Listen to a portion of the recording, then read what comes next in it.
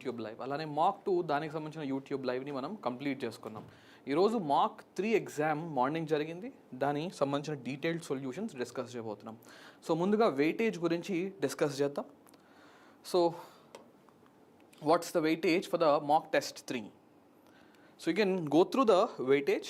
For example, signals and systems 5 questions, analog 3, EMF 4, communications 2 and so on the other subjects.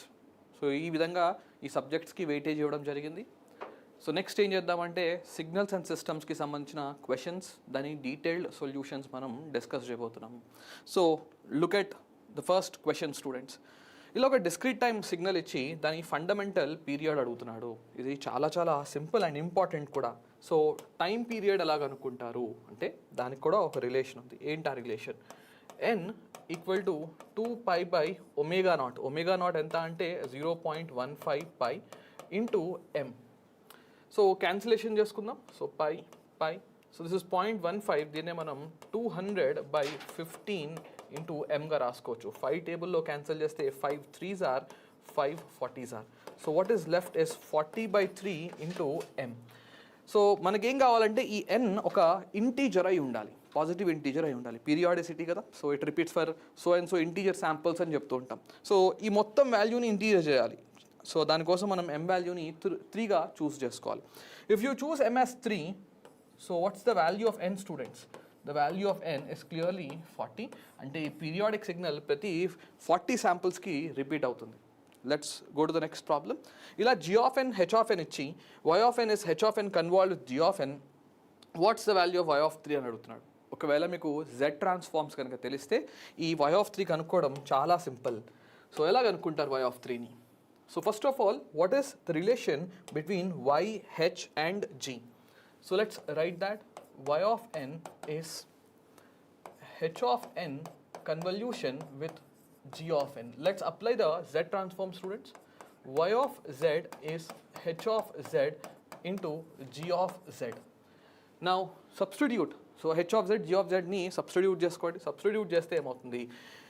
g of n దీని z transform ఎంత అంటే కేవలం n equal to 0 మాత్రమే, n equal to 0 దగ్గర మాత్రమే define అయింది. కాబట్టి g of z ఎంత అంటే it's like impulse students. Impulse z transform ఎంత అంటే 1. ఓకే, 1 కాబట్టి రాయాల్సిన అవసరం లేదు. మరి h of n z transform ఎంత అంటే ఇది ఎక్కడెక్కడ డిఫైన్ అయ్యింది అంటే 0, 3, 6, 9 and so on. So it's something like 1 into z power 0 which is 1 plus 1 into z power minus 3 which is z power minus 3, 1 into z power minus 6 which is z power minus 6 plus z power minus 9 and so on. So this is h of z into g of z is 1. So the product is also 1 plus z power minus 3 plus z power minus 6 plus z power minus 9. ఇది ఏంటంటే y of n కి సంబంధించిన z transform. So మనం ఏం చేయాలి అంటే ఏం అడుగుతున్నాడు? y of 3 అడుగుతున్నాడు. y of 3 కావాలి అంటే z power minus 3 కోఎఫిషియంట్ చూడండి. z power minus 3 కోఎఫిషియంట్ ఎంత అంటే 1. So therefore the value of y of 3 is 1, students. So let's go to the next problem. ఇక్కడ ఒక లాప్లాస్ ట్రాన్స్ఫార్మ్ ఇచ్చి దానికి సంబంధించిన ఇనీషియల్ అండ్ ఫైనల్ వాల్యూ అడుగుతున్నాడు. So let's start with the initial value. So what would be the initial value, students? The initial value formula is y of 0 equal to limit s tends to infinity s y of s which is 10 into 2s plus 3 whole divided by s square plus 2s plus 5. ఇలా ఎప్పుడైతే s tends to infinity మనం problem solve చేస్తామో highest power of s న్యూమరేటర్లో అలానే highest power of s డినామినేటర్లో common తీయాలి. తీస్తే ఏమవుతుంది? So it's limit s tends to infinity. If you take this s out you have s square 10 into 2 plus 3 by s divided by s square into 1 plus 2 by s plus 5 by s square. So ఈ s square cancel, s tends to infinity అయితే 3 by s 0, 2 by s 0, 5 by s square కూడా 0. So ఫైనల్గా ఏం మిగిలింది అంటే 10 into 2 divided by 1 plus 0 which is 1. So the initial value is 20. ఒకసారి ఆప్షన్స్ని చూస్తే కేవలం ఒకటే ఒక ఆప్షన్లో 20 అని ఉంది అంటే ఫైనల్ వాల్యూ ఫైండ్ చేయాల్సిన అవసరం లేదు. ఈ క్వశ్చన్కి answer option D. Next h of n ఇచ్చి ద సిస్టమ్ ఇస్ డాష్ అని అడుగుతున్నాడు. అంటే impulse response of the system ఇచ్చాడు, అది ఎలాంటి సిస్టమ్ అని అడుగుతున్నాడు. ఒకసారి ఇంపల్స్ రెస్పాన్స్ని ప్రాపర్గా సింప్లిఫై చేసుకుందాం. So what is h of n, students? h of n is 2 power n into u of n. Okay, 2 power n into u of n minus So you can write this as 2 into 2 power n into 2 power minus 1 into u of n minus 1. ఈ విధంగా రాసుకోవచ్చు. ఈ రెండు terms product 1, 2 power n కనుక common తీస్తే 2 power n is common. What is left is u of n minus u of n minus 1. This difference is nothing but del of n. So this is 2 power into del of n. Now del of n is something which is defined only at n equal to 0. N at n equal to 0. So this is like h of n equal to 2 power 0 into del of n, which is nothing but simply del of n. If you try to draw the impulse response, it's something like this. So whose value is 1. This is your impulse response, students. For all other values, it's 0. Now we need to talk about whether it is causal or not, stable or not. ఒక్కసారి 0కి left సైడ్లో చూడండి, ఏమైనా response ఉందా? So క్లియర్గా 0కి left సైడ్లో ఈ ఎక్స్ప్రెషన్ లేదా ఈ సీక్వెన్స్ ఎంత అంటే 0, meaning by it's a causal system. So causal system ఇలానే కదా మనం చెక్ చేసేది. 0కి లెఫ్ట్ సైడ్ ఇంపల్స్ రెస్పాన్స్ ఏమై ఉండాలి? 0 ఉండాలి, అంటే ఇది కాషల్. అలానే ఇంపల్స్ రెస్పాన్స్ కనుక అబ్సల్యూట్లీ ఇంటిగ్రబుల్ అయిన ఇంపల్స్ రెస్పాన్స్ అబ్సల్యూట్లీ ఇంటిగ్రబుల్ అయితే అది stable system. So absolutely integrable అంటే ఇక్కడ సీక్వెన్స్ ఎలా ఉంది అంటే ఇలా ఉంది sequence. H of n is 0 0 1 0 0 and so on, ఇటు కూడా సో ఆన్. ఇవన్నీ వోల్టేజెస్ని యాడ్ చేస్తే ఎంత వస్తుంది అంటే 1 వస్తుంది. Like absolutely సమ్మబుల్. ఎలానూ అని ఇది పాజిటివ్ వాల్యూ కాబట్టి యాడ్ చేస్తే నాకు 1 వచ్చింది అంటే ఆ 1 అనేది finite value. Therefore the system is stable. ఈ క్వశ్చన్కి ఆన్సర్ ఏంటి అంటే కాజల్ అండ్ స్టేబుల్. ఇక్కడ ఒక బ్యాండ్ లిమిటెడ్ సిగ్నల్ ఇచ్చి నైక్వెస్ట్ శాంప్లింగ్ ఫ్రీక్వెన్సీ అడుగుతున్నాడు. సో ఇక్కడ సైన్ స్క్వేర్ ఉంది కాబట్టి ఫస్ట్ దీన్ని కాస్ 2 theta ఫామ్లో రాసుకుందాం. So what is sine square theta, students? Sine square theta is 1 minus cos 2 theta by 2. So if you write this 10 sin square 200 pi t, then this will be like 10 by 2 into 1 minus cos 400 pi t. So what's the maximum frequency here? The maximum frequency is 400 pi radian per second. Okay, so manaku kavalsindi hertz lo. So fm is 200, so you divide by 2 pi. If the maximum frequency is 200 hertz, then the Nyquist rate is twice of that, which is 400 hertz. So what's the Nyquist rate, students? It is 400 hertz. So do we have such option? Yes. So these are the questions from signals. Let's solve the questions from communication. So ఇక్కడ 3 band limited signals ఇచ్చి వాటిని time division multiplexing చేశారంటున్నారు. తర్వాత ఆ sampled సిగ్నల్ని 8 bit PCM వాడారంటున్నారు. What is a bit rate అని అడుగుతున్నారు. So if you look at the question, so there are 3 message signals like this, and all of them are band limited to 5 kilohertz. All are band limited to 5 kilohertz. Okay, so దీన్ని sample చేశారంట. సరే, sample చేశారు. తర్వాత ఈ sample సిగ్నల్ని encode చేశారు. ఎలాంటి scheme వాడారంటే 8 bit PCM వాడారంట. 8 బిట్ PCM. సో ఇట్లా మల్టీప్లెక్స్ చేసిన దాని బిట్ రేట్ ఎంత అడుగుతున్నారు. So what's the bit rate? So if you look at the message signal, students, the maximum frequency is 5 kilohertz. So now what would be the sampling frequency? The sampling frequency would be twice of this, which is 10 kilohertz. So whenever you have PCM with TDM, the bit rate, okay, so the bit rate is given by this formula, capital N small n fs. So what does capital N stand for? The number of message signals that you are multiplexing. What does small n stand for? Now what kind of, how many bits are using in this PCM? 8.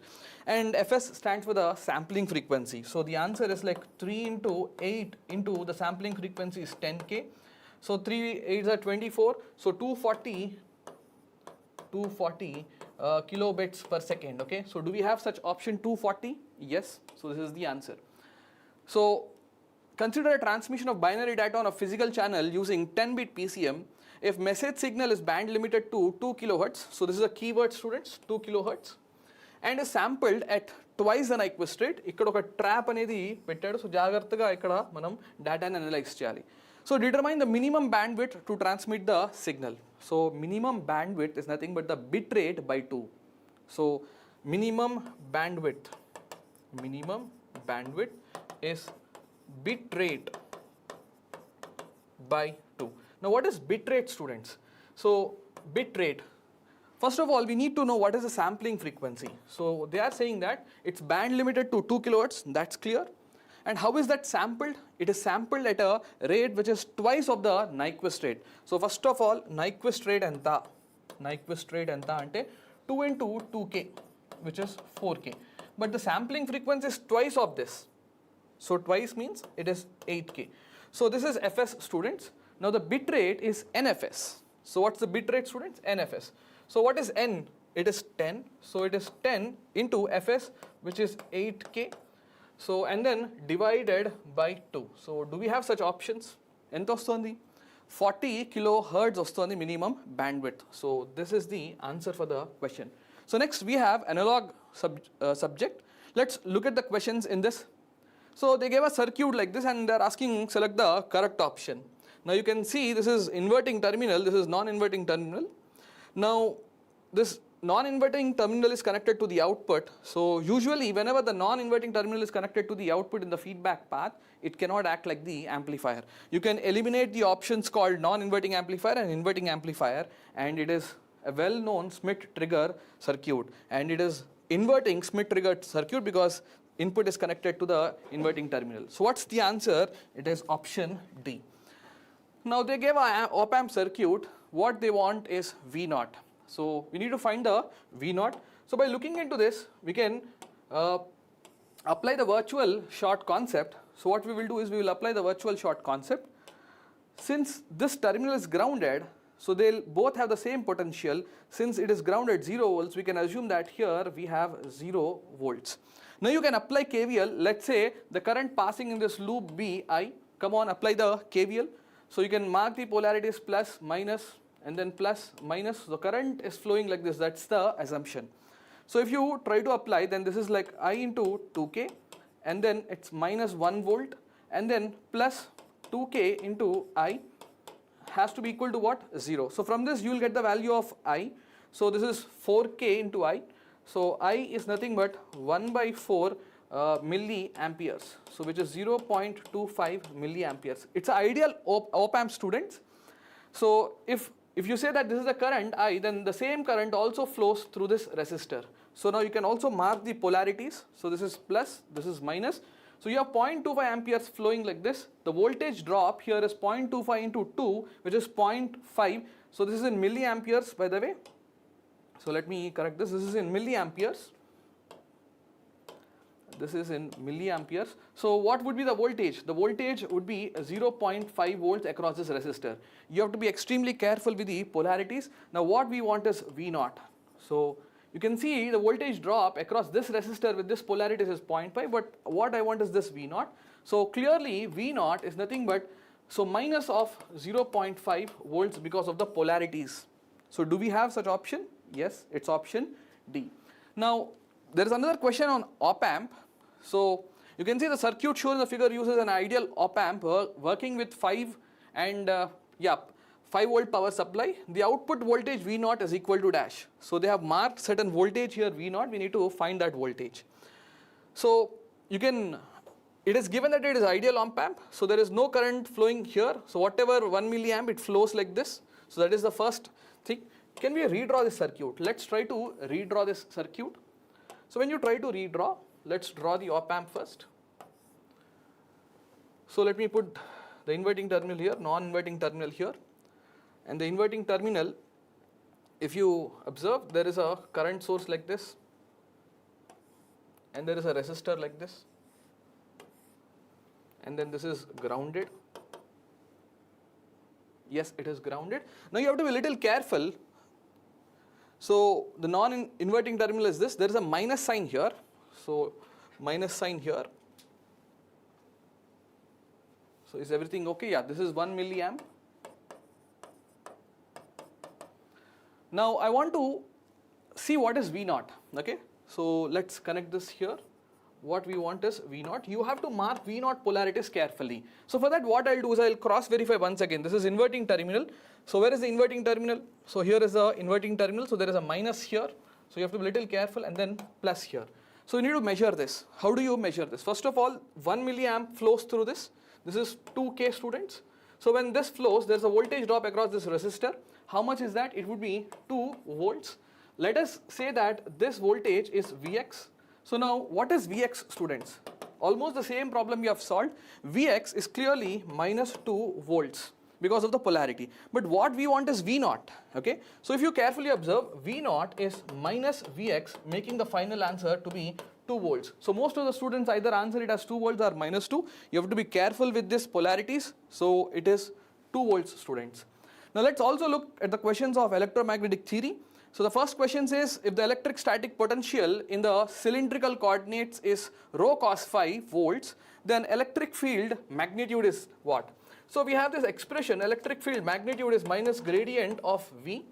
Now if you can find gradient of E, take its magnitude, we will get the answer. So what is gradient of E? Here the important point is we need to use cylindrical coordinates. So the gradient is defined like this, dou V by dou phi into rho phi plus 1 by rho dou V by dou phi, so phi cap plus dou V by dou Z, Z cap. This is how the gradient is defined. Now you can substitute V. So dou V by dou rho. So what's the partial derivative of V with respect to rho? So it is simply cos phi, students. So it's cos phi rho phi. And then 1 by rho. First of all, find the partial derivative of V with respect to phi, which is minus sine, minus rho sine phi, but rho's cancel, it is minus sine phi and then phi cap, and then there is no Z component, the partial derivative 0, this is gradient V. I don't care about the minus because the magnitude is asked. So the magnitude of E is, take the magnitude of this, which is cos square phi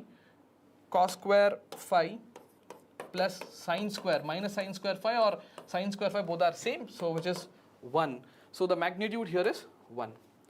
Now this is a problem based on Coulomb's law, where there are two charges called Q1 and Q2. We need to see what is the force on Q2 due to Q1. So what does the Coulomb law say? If you want to know the force due to Q1 on Q2, it is given by this expression. So the force acting on Q2 is 1 by 4 pi epsilon naught Q1 Q2 by R square into, it's a unit vector joining the point P1 with P2. So I'll just write it as A R1 2. Everything is given. You have to substitute. Before I go for the substitution, let me find this unit vector. So how is this A R12 calculated? It is R2 minus R1, the position vector of the second point minus the position vector of the first point.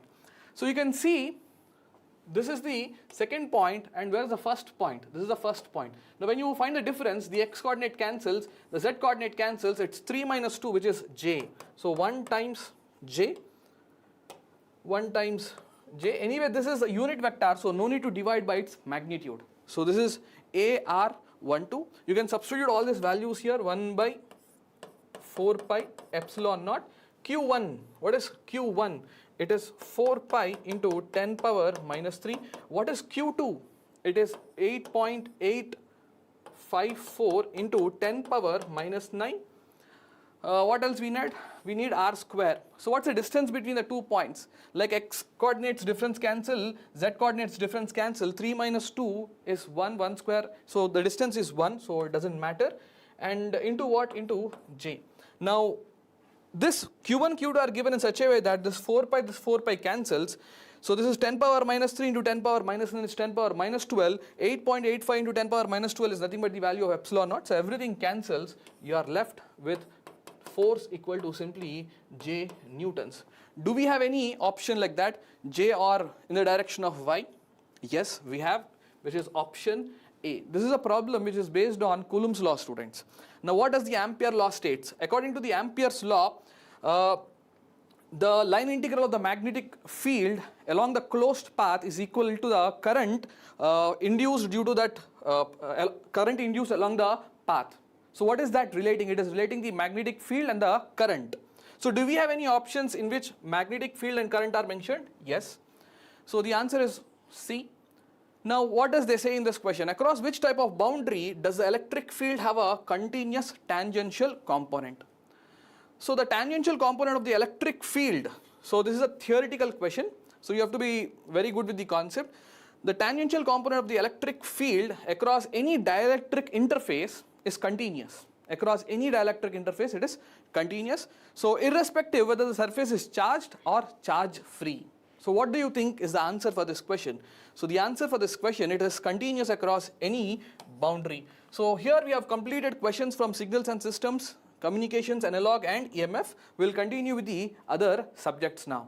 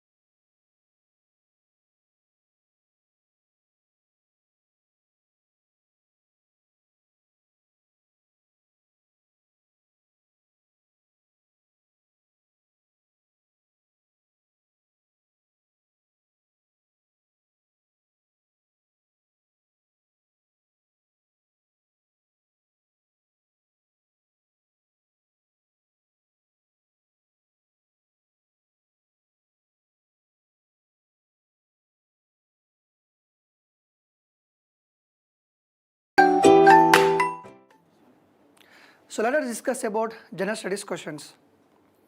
Okay, first question ఇక్కడ మనకి author name, book name ఇవ్వడం జరిగింది. So left side author తీసుకుంటే నందిని సిద్ధారెడ్డి, సోయి, వట్టికోట ఆళ్వార్ స్వామి, ప్రజల మనిషి, అలాగే బాగిరెడ్డి వర్మ, మాదిగ దండోరా అండ్ దాశరథి రంగాచార్య వచ్చేసి ఈ రుద్రవీణ. ఈ 4 పుస్తకాలని ఇవ్వడం జరిగింది. సో మనం ఎక్స్పెక్ట్ చేయొచ్చు ఈ క్వశ్చన్స్ అనేవి. సో మరి ఏది ఇన్కరెక్ట్గా మ్యాచ్ అని అడిగాడు. సో నందిని సిద్ధారెడ్డి గారు ఏదైతే రాశారో సో సోయి అనేది కరెక్ట్. అలాగే వట్టికోట ఆళ్వార్ స్వామి గారు రచించింది ప్రజల మనిషి కరెక్టే. అలాగే దాశరథి రంగాచార్య గారు రుద్రవీణ కరెక్టే. అలాగే బాగిరెడ్డి వర్మ వచ్చేసి ఇది వెట్టి మాదిగ. యాక్చువల్గా ఏంటంటే వెట్టి మాదిగ అంటారు, వెట్టి మాదిగ. సో బాగిరెడ్డి వర్మ గారిని మనం ఏమని పిలుస్తామంటే తెలంగాణ అంబేద్కర్గా పిలుస్తాము. సో ఎవరైతే మనకి ఈ మాదిగ వాళ్ళు ఉన్నారో వాళ్ళ కోసం, ఎస్సీ వాళ్ళ కోసం ఫైట్ చేయడం జరిగింది బాగిరెడ్డి వర్మ గారు. ఓకేనా, రైట్. సో ఒకసారిగా మనం గమనించినట్టయితే నందిని సిద్ధారెడ్డి గారు రీసెంట్గా న్యూస్లో ఉన్నారు. సో ఈయన సిద్దిపేట సభలో నాగట్టి సలలో నా తెలంగాణ పట్టణ రచించడం జరిగింది. అలాగే ఒక పువ్వు ఒక నవమైన సాంగ్ రచించాడు. అలాగే మరసం అంటారు, మరసం అనేది మంజీరా రచయితల సంఘం అంటారు. ఆ మంజీరా రచయితల సంఘాన్ని ఏర్పాటు చేసింది మన నందిని సిద్ధారెడ్డి గారు. దాంతోపాటు ఇగురం అని, దివిటి అని, ప్రాణహిత అని కొన్ని రచనలు చేయడం జరిగింది. దాని తర్వాత మనకి వట్టికోట ఆళ్వార్ స్వామి గారు తెలంగాణ సాయుధ పోరాటం కానీ నిజాం వ్యతిరేక పోరాటాలకు సంబంధించి తన గళాన్ని గట్టిగా వినిపించిన గొప్ప వ్యక్తి వట్టికోట ఆళ్వార్ స్వామి గారు. నల్గొండ ప్రాంతము లైబ్రరీ ఉద్యమంలో పాల్గొనడం జరిగింది. సో ప్రజల మనిషి అని, జైలు లోపల అని, గుమాస్తా అని చెప్పేసి రచించడం జరిగింది. గంగు అని చెప్పి కూడా కొన్ని మధ్యలో ఆగిపోవడం జరిగింది. సో ప్రజల మనిషి వచ్చేసి ఆ పుణ్య కాలం సంబంధించి సో ఏర్పాటు చేయడం జరిగింది. అలాగే మనకి దాశరథి రంగాచార్య గారు తీసుకుంటే అయితే సో ఖమ్మం సంబంధించిన వ్యక్తి, సాయుధ పోరాటంలో పాల్గొన్నారు. మోదుగు పూలు అని, జానపదం అని, అలాగే వేదాస్ని కూడా ట్రాన్స్లేషన్ చేయడం జరిగింది మన దాశరథి రంగాచార్య గారు. దాశరథి రంగాచార్య యొక్క బ్రదర్ వచ్చేసి దాశరథి కృష్ణమాచార్య గారు. మనకి తెలంగాణ కోటి రతనాల వీలానని చెప్పింది దాశరథి కృష్ణమాచార్య గారు. ఓకేనా. సో ఇక్కడ ఇన్కరెక్ట్ అడిగాడు కాబట్టి ఇక్కడ ఇంటర్కరెక్ట్ తీసుకుంటున్నాం. ఓకే, దాశరథి రంగాచార్య. తర్వాత which are the following incorrectly matched GI tags of Telangana. తెలంగాణకు సంబంధించి జిఐ ట్యాక్స్ ఉన్నాయి కదా. సో రీసెంట్గా మనకి లాక్వర్డ్ బ్యాంగిల్స్కి గుర్తింపు రావడం జరిగింది. దాన్ని బేస్ చేసుకుని క్వశ్చన్ అడిగే ఛాన్స్ ఉంటుంది. So Pochampally ikat 2004-05, Hyderabad haleem 2012-13, Dokra 2017-18 and Telia Rumal 2019-20.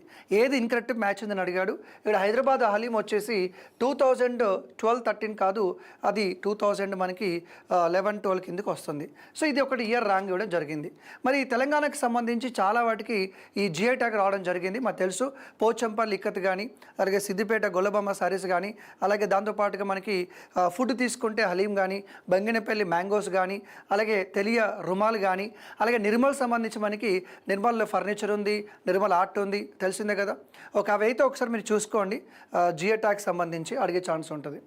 First Buddhist monks in Telugu reason అంటే మన తెలుగు అంటే ఆంధ్రప్రదేశ్, తెలంగాణ తీసుకుంటే ఇక్కడ మనకు కనిపించే మొట్టమొదటి బౌద్ధ భిక్షు ఎవరు అని చెప్పి అడుగుతున్నారనమాట. వీళ్ళందరూ కూడా బుద్ధిజం సంబంధించిన వాళ్ళే. మరి మన తెలుగు రీజన్కి మొట్టమొదటిసారిగా ఎవరు వచ్చారు, ఎవరు ఇక్కడ మనకు కనిపిస్తారని చెప్పి క్వశ్చన్ అడుగుతున్నారు. ఆన్సర్ వచ్చేసి మహాదేవ్ భిక్షు అని చెప్పొచ్చు. సో ఆర్యదేవ, బుద్ధఘోష, మహాదేవ్ భిక్షు, ధర్మకీర్తి వీళ్ళందరూ కూడా బుద్ధిజం సంబంధించిన వాళ్ళే. కానీ మన తెలుగు ప్రాంతంలో మనకు కనబడే మొట్టమొదటి వ్యక్తి ఎవరంటే మహాదేవ్ భిక్షు. ఈయన స్పెషాలిటీ ఏంటంటే ఈయన బుద్ధిస్ట్ కౌన్సిల్కి వెళ్ళాడు. ఆ బుద్ధిస్ట్ కౌన్సిల్లో బుద్ధిజం మీద కొన్ని క్వశ్చన్స్ రేజ్ చేశాడు. ఆ క్వశ్చన్స్ రేజ్ చేయడం వల్లే బుద్ధిజంలో 2 చీలికలు రావడం జరిగింది. సో కొన్ని క్వశ్చన్స్ అనేవి అంత ఇంపాక్ట్ చూపిస్తాయి అన్నమాట. ఒకసారి మనం డేటా చూద్దాం ఎగ్జామ్ పాయింట్ ఆఫ్ వ్యూలో.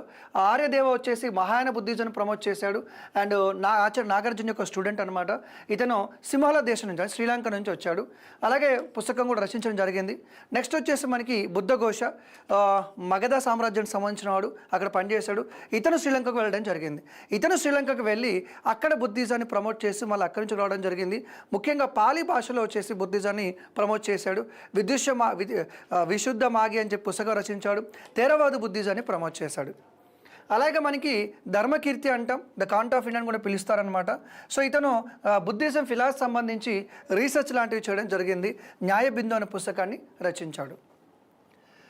ఒక arrange the following in chronological order based on their establishment. ఇవి రిపీటెడ్ క్వశ్చన్స్ మనకి. So Singareni collieries, Nizam sugar factory, Deccan radio, Himasagar అని చెప్పి 4 క్వశ్చన్స్ ఇవ్వడం జరిగింది. మరి వీటిలో క్రొనాలజికల్ ఆర్డర్ అని చెప్పి అడుగుతున్నాం. క్రొనాలజికల్ ఆర్డర్ తెలవాలంటే సింపుల్గా ఇక్కడ మనం ఏం చేయాలి, కంపల్సరీగా ఇయర్స్ రాయాల్సి ఉంటుంది. ఇయర్ తెలిస్తేనే మనం ఆన్సర్ పెట్టడానికి ఛాన్స్ ఉంటుంది. సో ఇక్కడ సింగరేణి కాలరీస్ తీసుకుంటే 1921, Nizam sugar factory 1937, Deccan radio 1935, Himasagar వచ్చేసి 1927. మరి దీంట్లో ఫస్ట్ దేంతో స్టార్ట్ అవుతుందంటే మనకి Singareni collieries. So Singareni collieries అంటే ఇక్కడ ఏమవుతుంది, 1432 అవుతుంది, 1432 అవుతుంది. ఓకేనా. సో ఇది ఎందుకు క్వశ్చన్ ఫ్రేమ్ చేస్తానంటే రీసెంట్గా మనకి న్యూస్లో ఉంది. ఈ అయితే సింగరేణి కాలరీస్ న్యూస్లో ఎందుకు ఉందంటే రీసెంట్గా కేంద్ర ప్రభుత్వం, రాష్ట్ర ప్రభుత్వం గనులు వేలంపాట చేయడం జరిగింది. సో 1920s అంటే మనకి అప్పుడెప్పుడో 1870sలో మనకి ఎవరైతే బ్రిటిష్ వాళ్ళు ఉన్నారో ఇక్కడ ఎల్లందు, ఖమ్మంలో మనకి ఎల్లందు ఉంటుంది కదా, ఆ ఎల్లందు దగ్గర మొట్టమొదటిసారిగా అంటే తెలంగాణలో మొట్టమొదటిసారిగా ఆ బ్రిటిష్ వాళ్ళు ఎల్లందు దగ్గర మొట్టమొదటిసారిగా కోల్ రిజర్వ్స్ని గుర్తించడం జరిగింది. దాని తర్వాత వాళ్ళు ఈ డెక్కన్ కంపెనీ ఏర్పాటు చేశారు, అది ఇంగ్లాండ్లో రిజిస్టర్ అయిపోయింది. దాని తర్వాత మనకి ఇండిపెండెన్స్ వచ్చిన తర్వాత గవర్నమెంట్ టేక్ ఓవర్ చేయడం జరిగింది. ప్రజెంట్గా తీసుకుంటే మనకి తెలంగాణ, దాంతోపాటు ఇండియన్ గవర్నమెంట్, అదే సెంట్రల్ గవర్నమెంట్, తెలంగాణకి 51% వాటా ఉంది, ఇండియన్ గవర్నమెంట్ సెంట్రల్ గవర్నమెంట్కి 49% వాటా ఉంది ఈ సింగరేణి కాలరీస్ అనేది.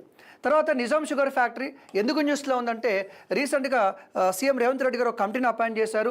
ఎవరైతే దుద్దిలో శ్రీధర్ బాబు గారు ఉన్నారో ఆ శ్రీధర్ బాబు గారి నేతృత్వంలో ఈ నిజాం షుగర్ ఫ్యాక్టరీని మనం ఖచ్చితంగా మనం దాన్ని మళ్ళీ దాన్ని ఏమంటారు మామూలుగా అంటే ప్రజలకు మళ్ళీ తీసుకురావాలి, గొప్ప పేరు తీసుకోవాలని చెప్పి ఆలోచిస్తున్నారు. సో ఇది అడిగే ఛాన్స్ ఉంటుంది. సో డెక్కన్ రేడియో ఒకప్పుడు ప్రైవేట్గా ఏర్పాటు చేశారు, దాన్ని నిజంగా టేక్ ఓవర్ చేయడం జరిగింది డెక్కన్ రేడియో. అలాగే హిమాసాగర్ 1927లో మీకు తెలుసు. 1908లో మనకి హైదరాబాద్కి వరదలు వచ్చాయి, మూసీ వరదలు అంటారు. ఆ వరదలు వచ్చిన తర్వాత మోక్షంగుండ విశ్వేశ్వరయ్య గారు కానీ కన్సల్ట్ చేస్తే హైదరాబాద్లో ఖచ్చితంగా మూసీ రివర్ మీద 2 సాగర్ నిర్మించాలనుకున్నారు. దాన్ని బేస్ చేసుకుని మనకి నిజాం సాగర్ వచ్చింది, దాంతోపాటు మనకి హిమాసాగర్ వచ్చింది, ఓకేనా, ఉస్మాన్ సాగర్ వచ్చింది. సో ఇది హిమాసాగర్ వచ్చేసి 1927 మనకి దేని మీద, మూసీ నది మీద ఏర్పాటు చేయడం జరిగింది. ఇవి న్యూస్లో ఉన్నాయి కాబట్టి ఫ్రేమ్ చేసాం మనం, ఎక్స్పెక్ట్ క్వశ్చన్స్ ఇవి. అలాగే which of the following incorrectly match, left side శాసనాలు ఇచ్చి ఇన్స్క్రిప్షన్స్ ఇచ్చాడు, రైట్ సైడ్ ఆ రిలేటెడ్ పర్సన్ ఇవ్వడం జరిగింది. సో ఇక్కడ మనకి Magallu inscription Danarnava, Malkapuram inscription Rudramadevi, Kurikyala inscription Jinavallabha, Mekadoni inscription Pulamavi 3. ఎవరు ఈ శాసనాన్ని వేయించారు? ఆన్సర్ వచ్చేసి ఏంటంటే మనకి second one, B1 is the right answer. ఎందుకు నీకు ఇన్కరెక్ట్ అంటే ఇది వేయించింది రుద్రమదేవి కాదు, ఎవరు వేయించారంటే గణపతి దేవుడు అనమాట. అంటే అంశం రుద్రమదేవి గురించి మ్యాటర్ ఉంటుంది, కానీ యాక్చువల్ దాని వెనకాల ఉంది ఎవరంటే గణపతి దేవుడు అని చెప్పొచ్చు. సో ఈ ఇన్స్క్రిప్షన్ కనుక తీసుకున్నట్టయితే మాగాళ్ళు ఇన్స్క్రిప్షన్ అనేది దానర్నోడు కాకతీయ రాజు కాదు, వేరే రాజు, చాళుక్య రాజు వేయించాడు. దీంట్లోనే కాకతీయుల యొక్క హిస్టరీ, ఫస్ట్ ఎవరు, వాళ్ళ వంశం ఏంటి, ఎంత మనకి డేటా ఉంది. మల్కపురం ఇన్స్క్రిప్షన్లో రుద్రమదేవి గారి గురించి ప్రస్తావన ఉంది. కురికాల ఇన్స్క్రిప్షన్ వచ్చేసి ఇది వేములవాడ చాళుక్యాస్ కాలానికి సంబంధించింది, జినబల్లవుడు వేయించాడు. ఈ ఇన్స్క్రిప్షన్ని బేస్ చేసుకొని మనకి ఈ తెలుగు భాషకి ప్రాచీన హోదా ఇవ్వడానికి one of the main reason ఈ వేములవాడ చాళుక్యాస్ కాలంలో పనిచేసిన ఈ కురిక్యాల ఇన్స్క్రిప్షన్ వచ్చేసి జినవల్లభుడు వేయించాడు. అలాగే మేకదోన్ ఇన్స్క్రిప్షను, ఇతని శాతవంలో ఒక చివరి రాజు మేకదోన్ ఇన్స్క్రిప్షను ఎవరు వేయించారు? పులోమావి 3 ఈ మేకదోన్ ఇన్స్క్రిప్షన్ వేయించాడు. దీన్ని బేస్ చేసుకొని శాతవంలో అంతం ఎలా జరిగింది, లోకల్ అడ్మినిస్ట్రేషన్, ఈ డేటా అంతా దాంట్లో ఉందని చెప్పొచ్చు. అది which of the following this events was earliest regarding first phase of Telangana movement. So ఈ 4 ఇన్సిడెంట్స్ ఇచ్చాడు, దీంట్లో మొదటిది ఏదైనా అడుగుతున్నాడు. ఎస్టాబ్లిష్మెంట్ ఆఫ్ తెలంగాణ ప్రజా సమితి, all party meeting by central government, Jamia Osmania railway station incident and Secunderabad firing. So 4 ఇచ్చాడు. దీనిలో ఎర్లియస్ట్ ఏంటంటే ఇవన్నీ ఆల్మోస్ట్ ఒకే టైంలో జరిగినాయి కాబట్టి ఎర్లియస్ట్ అంటే ఖచ్చితంగా కన్ఫ్యూజన్ అనేది ఉంటుంది. ఒకసారి మన సంఘటనలు చూసి మళ్ళీ మనం వెనక్కి వచ్చేద్దాం. ఓకే, ఫస్ట్ 1968లో అప్పుడు కాసబ్రహ్మణ్ ఒక డిసిషన్ తీసుకున్నారు, ఆంధ్ర వల్ల వెనక్కి పంపించాలని చెప్పేసి. దాని తర్వాత కోర్టు జడ్జిమెంట్ ఇచ్చింది, ఎవరైతే ఆంధ్ర వాళ్ళని తీసేసామో మళ్ళీ వాళ్ళని వెనక్కి తీసుకోమని. అప్పుడు రవీంద్రనాథ్ గారు దీక్ష చేయడం జరిగింది. తర్వాత ఈ ఆల్ పార్టీ మీటింగ్, ఇక్కడ కన్ఫ్యూజన్ ఎందుకు అవుతుందంటే జనవరిలో ఆల్ పార్టీ మీటింగ్ పెట్టింది స్టేట్ గవర్నమెంట్, ఆంధ్రప్రదేశ్ గవర్నమెంట్ పెట్టింది జనవరిలో. ఇక్కడ ఆల్ పార్టీ మీటింగ్ ఏమన్నా మనం సెంట్రల్ గవర్నమెంట్ అన్నాం. ఇది పెట్టింది ఎప్పుడు అంటే ఏప్రిల్లో. తెలంగాణ ప్రజాసమితి ఎప్పుడు మనకి 1969 మార్చ్లో, మన 1916 మార్చ్ 25 అనమాట. 1916 మార్చ్ 25 ఇది. ఈ సికింద్రాబాద్ ఫైరింగ్ ఎప్పుడు జరిగింది? ఏప్రిల్లో జరిగింది. ఇది ఎప్పుడు జరిగింది? మార్చ్ 28న జరిగింది. మరి ఎర్లియస్ట్ అంటే మనకి ఏమొస్తుంది? తెలంగాణ ప్రజాసమితి వస్తుంది. సరే ఓకే, ఆల్ పార్టీ మీటింగ్ జరిగింది, దాన్ని బేస్ చేసుకొని జీవో నెంబర్ 36 ఇష్యూ చేశారు. మార్చ్ 25న తెలంగాణ పీపుల్ కన్వెన్షన్ కాస్త తెలంగాణ ప్రజాసమితిగా మారింది. దాని తర్వాత సుప్రీంకోర్టు మార్చ్ 28న ఒక డిసిషన్ తీసుకుంది. అదేంటంటే ములికి రూల్స్ రాజ్యాంగబద్ధ కాదని చెప్పింది. అదే రోజు మనకి 2 సంఘటనలు జరిగాయి. అదే రోజు సేమ్ ఏంటంటే జామియా ఉస్మానియా అయితే మనకి యూనివర్సిటీ ఉందో అక్కడ రైల్వేని తగలబెట్టే ప్రయత్నంలో 2 స్టూడెంట్స్ చనిపోవడం జరిగింది. అదే రోజు కొండలక్ష్మణ్ బాపూజీ గారు మొట్టమొదటిసారి తెలంగాణ కోసం రాజీనామా చేశారు. దాని తర్వాత ఏప్రిల్లో మనకి ఇందిరాగాంధీ గారు ఆల్ పార్టీ మీటింగ్ పెట్టారు. అదే తెలంగాణ ఉద్యమం జరుగుతుంది. దాని ముందే సికింద్రాబాద్లో కాల్పులు జరిపాయి. ఈ ఏప్రిల్లోనే మనకి సికింద్రాబాద్లో కాల్పులు జరపడం జరిగింది ఒక మీటింగ్లో అనమాట.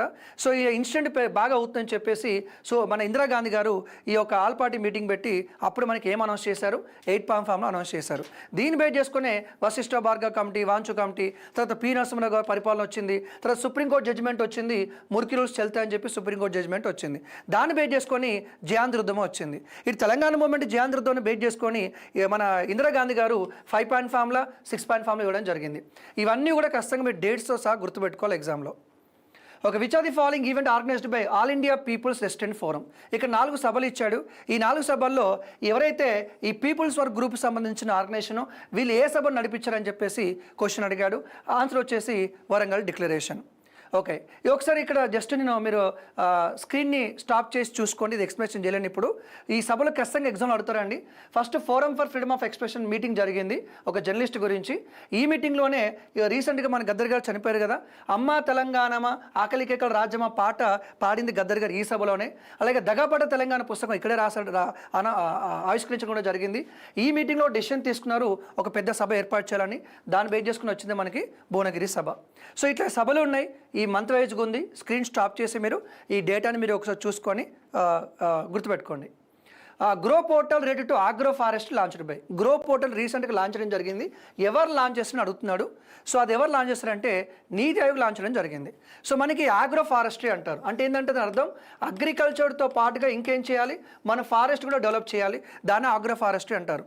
దానికోసం రీసెంట్గా నీతి ఆయోగ్ వాళ్ళు ఈ పోర్టల్ లాంచ్ చేశారు. వీళ్ళు ఏం చేస్తారంటే దేశవ్యాప్తంగా ఎక్కడెక్కడ మనకి ఫారెస్ట్ ల్యాండ్ ఉంది, ఎక్కడెక్కడ వేస్ట్ ల్యాండ్స్ ఉన్నాయి, ఆ వేస్ట్ ల్యాండ్స్ని మనం ఎలా మార్చాలి, గ్రీన్ ల్యాండ్గా మార్చాలన్నమాట. అదే మెయిన్ ఉద్దేశం ఇది. సో మోర్ దెన్ 8% మనకి ఆగ్రో ఫారెస్ట్ ఉంది. అంటే అగ్రికల్చర్ విత్ ఫారెస్ట్ అని చెప్పొచ్చు. సో దాన్ని ప్రమోట్ చేయాలంటే మనం డిఫరెంట్ పని చేయాల్సి ఉంటుంది. Recently which among the following one gold medal at Asian marathon championship 2024. So answer వచ్చేసి మాన్ సింగ్. మరి ఇక్కడ నయానా జేమ్స్ అన్నాం కదా. సో తను దేనికి సంబంధించి రీసెంట్గా తైవాన్ ఓపెన్లో లాంగ్ జంప్లో గోల్డ్ మెడల్ గెలిచింది. అలాగే అంకేష్ చౌదరి అంటున్నాం. ఈ అంకేష్ చౌదరి కూడా రీసెంట్గా 800 మీటర్స్లో గోల్డ్ మెడల్ గెలిచాడు. అలాగే దొమ్మరాజు గుకేష్ అంటున్నాం కదా, he was the youngest FIDE champion అనమాట. రీసెంట్గా చెస్ గేమ్ జరిగింది, ఫిడే ఛాంపియన్ జరిగింది, యంగెస్ట్ పర్సన్ చెప్పొచ్చు. అంటే 4 న్యూస్లో ఉన్నారు. 4 గురించి క్వశ్చన్స్ అడిగే అవకాశం ఉంది కాబట్టి ఒకే క్వశ్చన్ 4 పేర్లు ఇచ్చాను. Okay, department of science and technology with T hub to establish a unique math hub which is related to. So రీసెంట్గా మనకి సైన్స్ అండ్ టెక్నాలజీ వాళ్ళు అలాగే తెలంగాణ టీ హబ్ వాళ్ళు మ్యాథ్ని లాంచ్ చేయడం జరిగింది. అది దేనికి సంబంధించి చెప్పి క్వశ్చన్ అడుగుతున్నాడు. So research in quantum computing, A world class learning mathematics management system to support scientific advanced management and technological innovation and to support AIML development. Simple answer వచ్చేసి AIML development. అంటే central government tea హబ్తో ఒక ఒప్పందం కుదుర్చుకుంది. ఈ tea హబ్లో ఒక floor కేటాయిస్తారు. వాళ్ళు అక్కడ ఏం చేస్తారంటే ఇప్పుడు రాబోయే జీవితంలో మనకి ఏఐఎంఎల్ చాలా ఇంపార్టెంట్ కాబట్టి, artificial intelligence, machine learning important కాబట్టి దాన్ని ఎలా డెవలప్ చేయాలి, ఏ విధంగా ముందుకు తీసుకోవాలి, స్టార్ట్అప్ ఎలా ఎంకరేజ్ చేయాలి, దానికోసం ఈ మ్యాథ్ హబ్ని ఏర్పాటు చేయడం జరిగింది. మ్యాథ్ హబ్ని ఏర్పాటు చేశారు. This question you can expect in the examination. Which are the following statement is false. ఇక్కడ 4 స్టేట్మెంట్స్ ఇచ్చాడు, ఒకటి ఫాల్స్ ఉంటుంది, అదేంటో మనం చూడాలి మరి. So proposed 53,196 crores for implementation of 6 key pledges. అంటే రీసెంట్గా బడ్జెట్లో మనకి 6 గ్యారెంటీల కోసం ఇంత డబ్బులు కేటాయించారట. అలాగే తెలంగాణ జీడిపి వచ్చేసి 13 lakh crore ఉంది అంటున్నాడు. అరౌండ్ అన్నాడు, ఇక్కడ అరౌండ్ 13 lakh crore అన్నాడు. అలాగే red gram is the highest production among the pulses అన్నాడు. అంటే 4 డిఫరెంట్ రకాల స్టేట్మెంట్స్ ఇవ్వడం జరిగింది. అంటే మనం ఏవైతే పల్సెస్ పండిస్తామో దాని హైయెస్ట్ రెడ్ గ్రామ్ అంటున్నాడు. అలాగే Nagarjuna Sagar Srisailam tiger reserve is largest tiger reserve in the country అంటున్నాడు. సో ఇక్కడ ఫ్యాక్చువల్ డేటాతో కూడిన స్టేట్మెంట్ అనమాట. ఈ 4 ఒకటి రాంగ్ ఉంది. మరి ఆ రాంగ్ ఏంటి? ఆ రాంగ్ ఏంటి అంటే ఇక్కడ మనకి ఇది థర్డ్ స్టేట్మెంట్ రాంగ్. ఇది యాక్చువల్ రెడ్ గ్రామ్ కాదు, మనకి బెంగాల్ గ్రామ్ అని ఉంటుంది, ఇంకా చాలా గ్రామ్స్ ఉంటాయి. So red gram highest production అయితే కాదు. ఓకే, ఇది అమౌంట్ కరెక్టే. అలాగే తెలంగాణ జీడిపి 13 lakh crore కరెక్టే.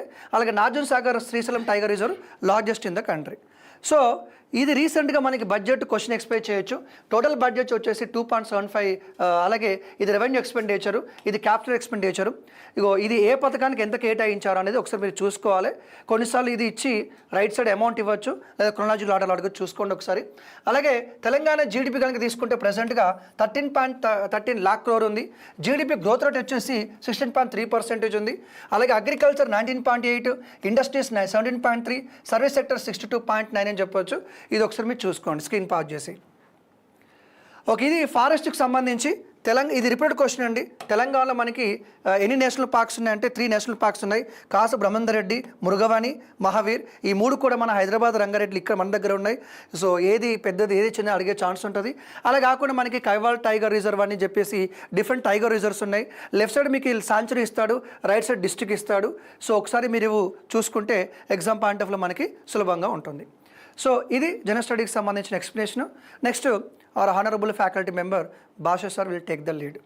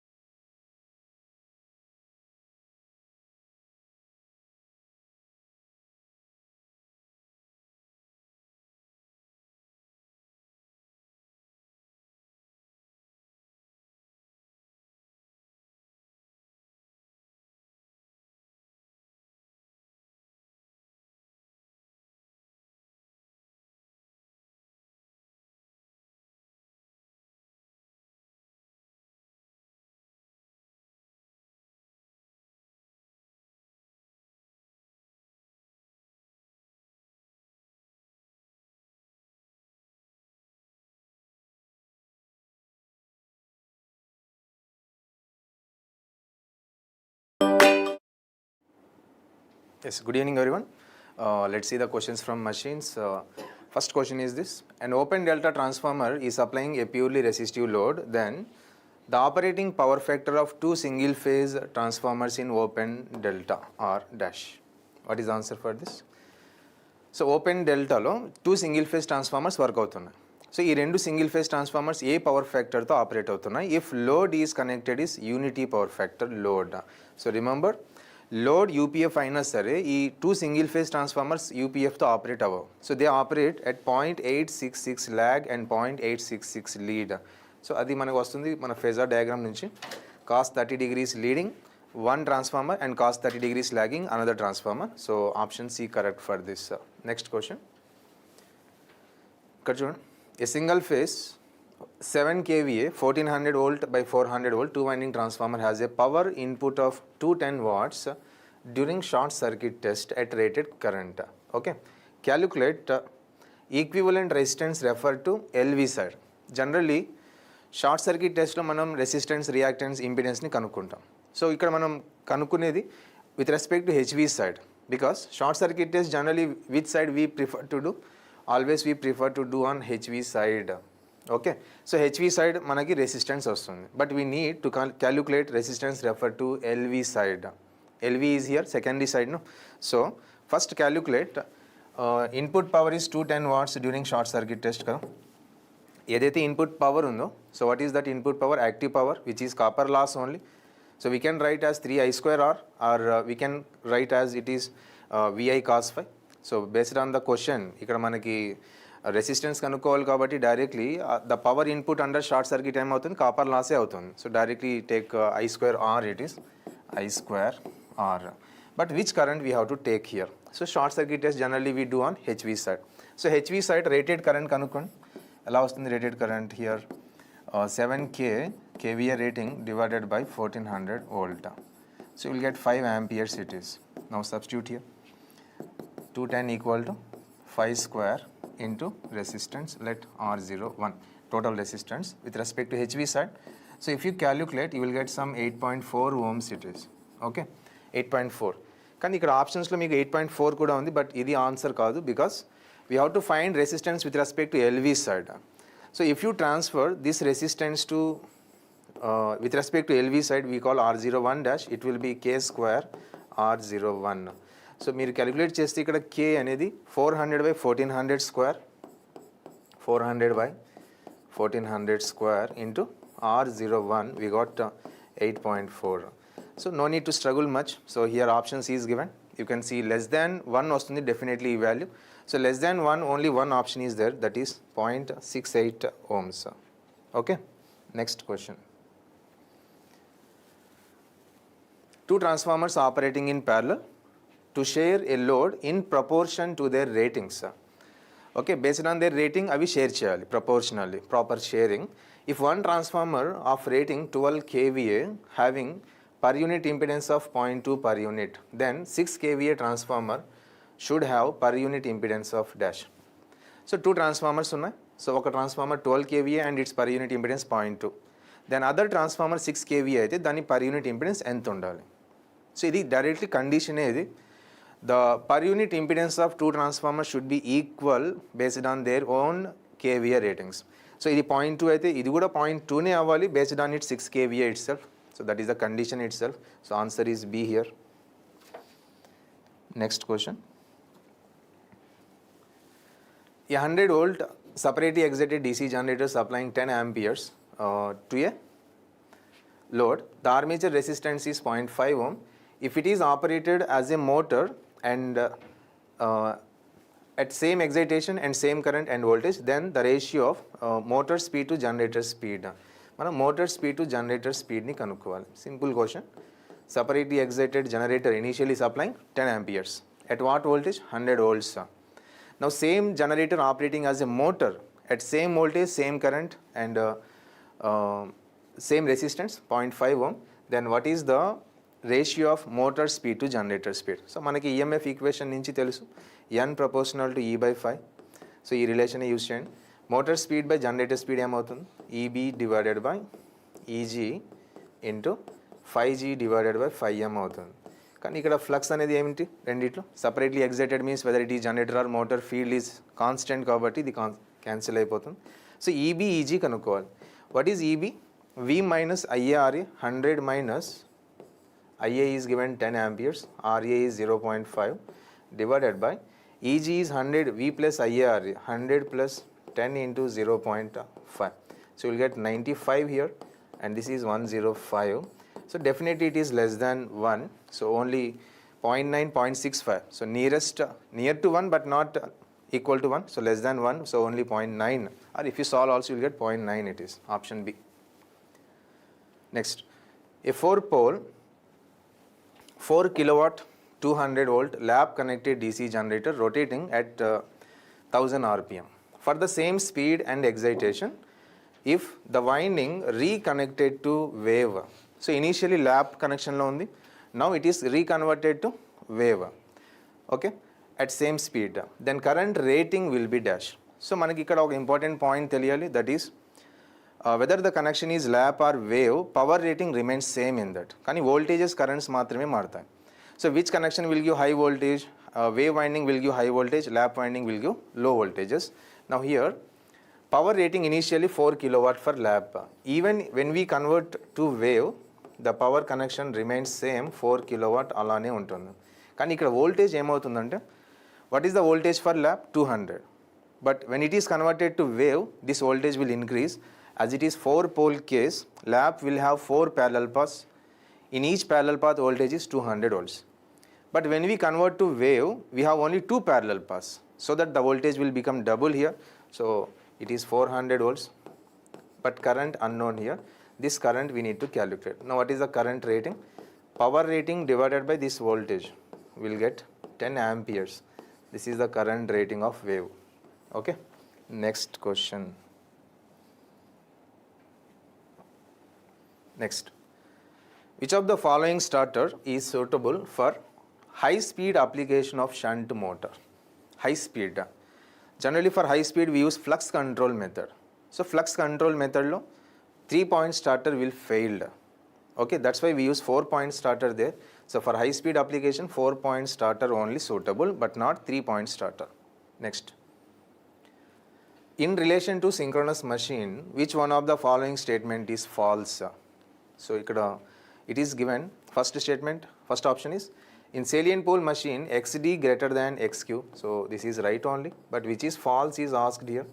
Second, damper bars helps synchronous motor self start. So idi kuda correct. Next, short circuit ratio is the ratio of field current required to produce rated voltage on open circuit to rated armature current. So this one is wrong, because short circuit ratio is the ratio of field currents required to produce voltage by field current required to produce rated current under short circuit condition. Kabatti ikkada answer vachi C. Next question. Next question.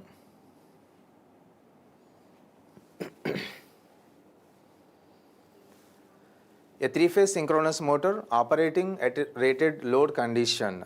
Rated load means current is 1, kVA is 1. Next, rated voltage 1, UPF given, XD given, XQ values given, XD greater than XQ always, RA 0. The load angle in electrical degrees is dash. So, idi kanukodaniki we have internal power factor angle relation, that is tan psi relation for synchronous motor here. What is that? V sin phi minus R plus, here UPF given, so plus IA XQ divided by V cos phi minus IA RA. కానీ ఇక్కడ RA 0 కాబట్టి ఇది 0 అయిపోతుంది.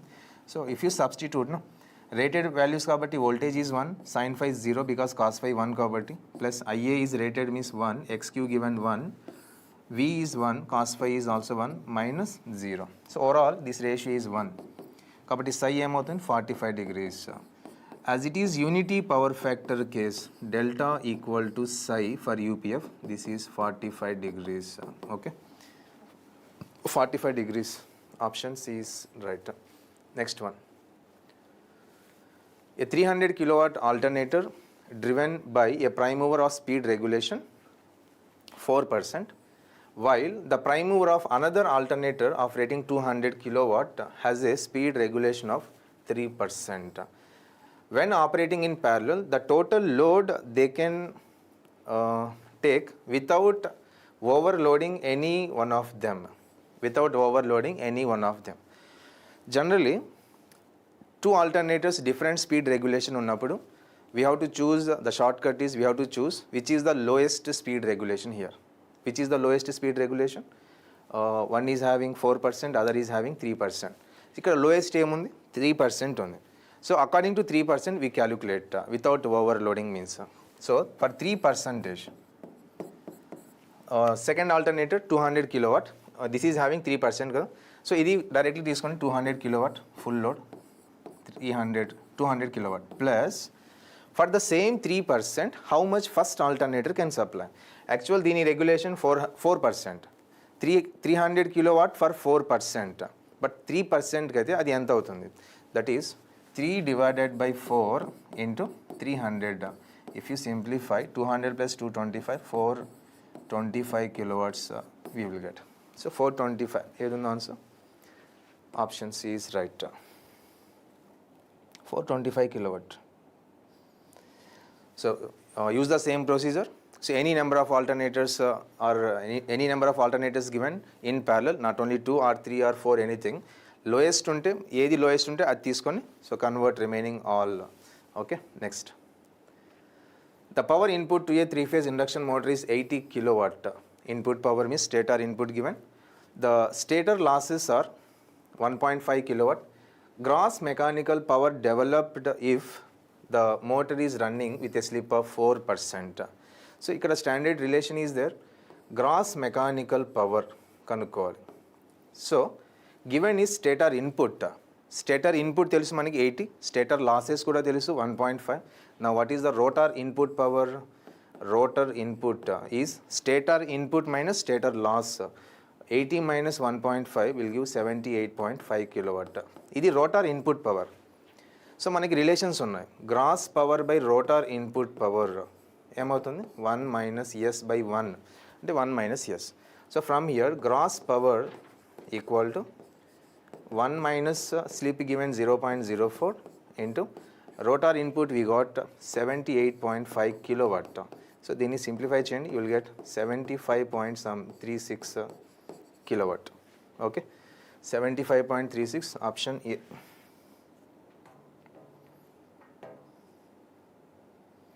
Next question. చూడండి question. A 440 volt 440 kilowatt 50 hertz 6 pole 3 phase induction motor draws a input power of 81 kilowatt. So ఇది కూడా stator input power from the mains. The rotor makes 120 oscillations per minute or complete cycles per minute. Its stator losses are 1 kilowatt. So ఇక్కడ కూడా stator input వచ్చి 81 kilowatt and stator losses are 1 kilowatt. ఇప్పుడు rotor input ఎంత అవుతుంది? Rotor input stator input is 81 minus losses 1 kilowatt, మీకు rotor input 80 kilowatt వస్తుంది. And if the rotor current per phase is 65 amperes, I2 given current, rotor resistance per phase. మనకి rotor copper loss తెలిస్తే we can find rotor resistance here easily. So for that rotor input తెలుసు. And what is the relation between rotor input and rotor copper loss? Rotor input by rotor copper loss is 1 divided by s. So దీని నుంచి rotor copper loss ఏమవుతుంది? Slip times of rotor input power అవుతుంది. కానీ ఇక్కడ slip ఎంత? That is given as 120 cycles per minute. So rotor frequency given here 120 cycles per minute. But we need frequency in per second. So 120 divided by 60. We get 2. It is SF equal to 2 means what is the S value? 2 divided by 50. We get 0.04. Slip 4%. So if you substitute chain, we get slip is 0.04 and rotor input is 80k. Totally we get 3200 watts it is. This is the rotor copper loss. And what is the equation for rotor copper loss in terms of resistance? I square R. As it is 3 phase, 3 I square R. I square 65 amps na per phase given directly. So as it is substitute chain, 65 square into resistance, rotor resistance. So దీన్ని simplify చేస్తే 3 into 65 square. Now calculate R2, you will get some 0.25 ohms we are getting here. Check it. That is option C correct for this. Okay. So these are the questions from electrical machines.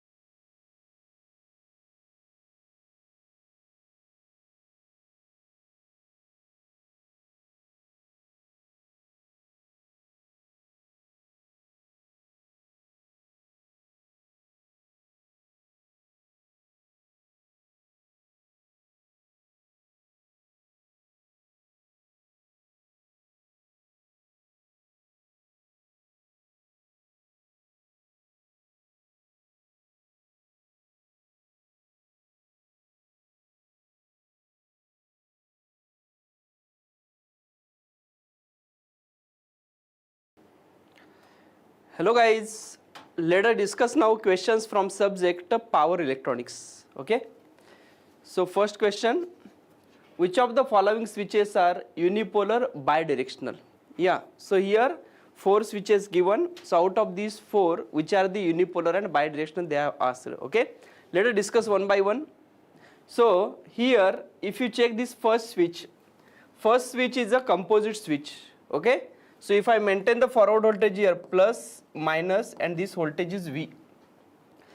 In this, we are having the two devices now. One is a SCR, second one is a diode. SCR is a active device, diode is a passive device. Okay, so when I maintain forward voltage and when I consider this active device in a off state, means here it is open circuit. If this is open circuit, then current will not flow through this thyristor, as well as this current will not flow through diode.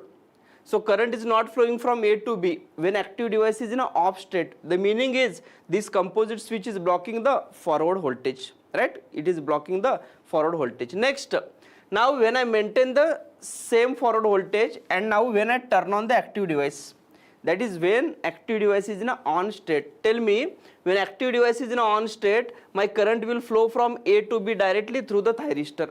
So forward current is allowed when active device is in a on state, and forward voltage is blocked by your composite switch when active device is in a off state. Let us now check for reverse voltage. Let us check for now reverse voltage. So here, if I maintain the reverse voltage, means minus here and plus here. Tell me, if I maintain reverse voltage like this, independent of status of your thyristor, what will happen? As soon as I maintain this type of voltage, this diode will immediately start conduction. So here my current will flow like from B to A. So reverse current will flow, right? But whether, tell me, if I maintain this type of reverse voltage, whether my composite switch block this reverse voltage? No. As soon as you maintain reverse voltage, this diode will start conduction. The meaning is this composite switch is unable to block the reverse voltage. So the type of the switch is, yes, it block only forward voltage. So it is a unipolar. It is a unipolar, and it can allow the current in both the directions. So it is unipolar and bidirectional. Unipolar and bidirectional, right? Similarly, let us check for the second switch. Second switch, yes, if you maintain the forward voltage like this V and consider active device in a off state. This is IGBT, this is active device. Let us consider this in a off state. Tell me, if this is in a off state, my current will try to flow through this lower branch, but IGBT off state means current will not flow. Current will try to flow through this upper branch, but diode will not allow reverse current. Okay, the meaning is when forward voltage is applied and when active device is in a off state, then current will not flow from A to B. Means this composite switch is blocking the forward voltage, right? Now with the same forward voltage, turn on the active device. If I turn on this device, what will happen? My current will flow from A to B like this. Means forward current will flow when active device is in a on state. Similarly, let us check for reverse voltage. Let us check for reverse voltage. So if I apply the reverse voltage, means polarity plus here, minus here. As soon as I apply reverse voltage, what happens? Yes, this diode will immediately start conduction. This diode will immediately start conduction. Means reverse current will flow, but this composite switch is now unable to block reverse voltage. Okay, so this block only forward voltage and it can carry current in both the directions. So again, this is unipolar bidirectional. Unipolar bidirectional. Always keep in mind, if you get this type of anti-parallel diode, then definitely your current will, reverse current will flow. Okay, so in that case you will get the bidirectional current. Let us check for the third case.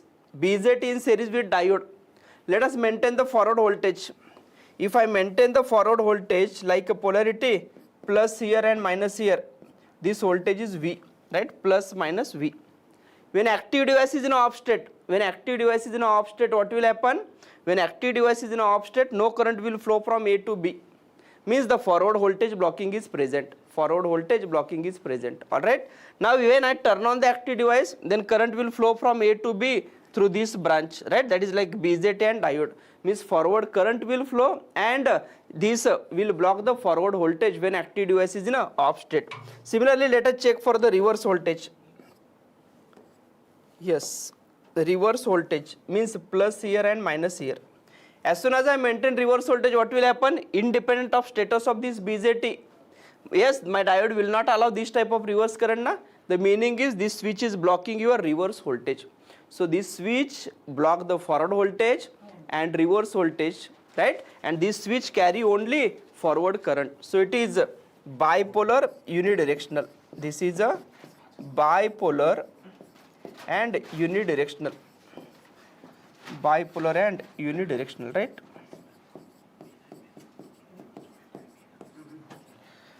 And similarly, the last one is not a composite switch. This is a simple GTO, right? We know GTO is a bipolar unidirectional. So this is a bipolar unidirectional.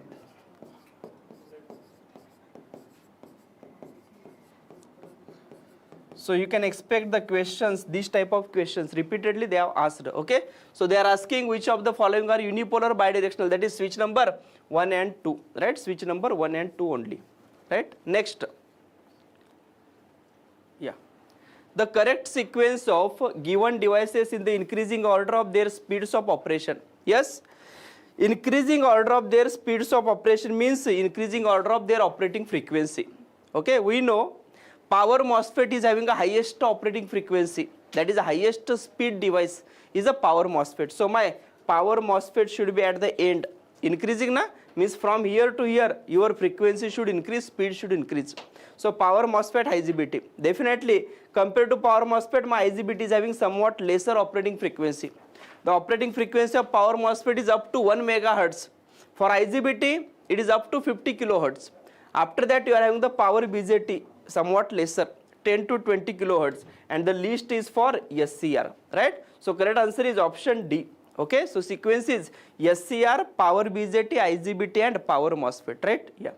Next, a single phase semi converter is feeding to highly inductive load, right? Means load current is constant.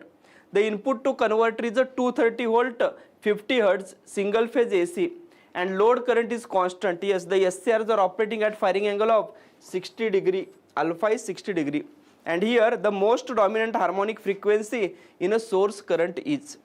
Now we know the source current waveform when single phase semi converter is feeding to highly inductive load. How is my source current waveform? It is a cos square, right? Source current, yes, alpha to pi and pi plus alpha to 2 pi, right?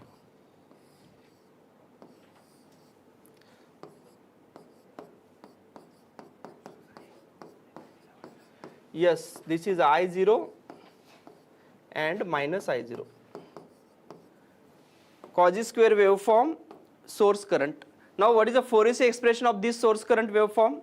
Yes, Is equal to summation over n equal to 1357 up to infinity. It is 4I0 by n pi cos of n alpha by 2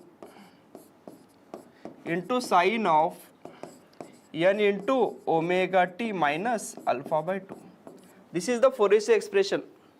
Now alpha they have given 60 degree, alpha given is 60 degree. Now here if you check, if I take alpha 60 degree, then this term value for alpha equal to 60 degree, cos of n alpha by 2, cos of n alpha by 2 term will become 0 for all triple n, for triple n harmonics. Triple n means in series of 3, like n equal to 3, 6, 9, 12, 15 and so on. You can cross check it. Take n equal to 3. If alpha is 60 degree, what will happen? 3 into 60 by 2. 3 into 60, 180 na? 180 by 2 means 90. Cos 90 is 0. Similarly put here n equal to 6, but already 6th harmonic is not present. So did not to do calculation for 6.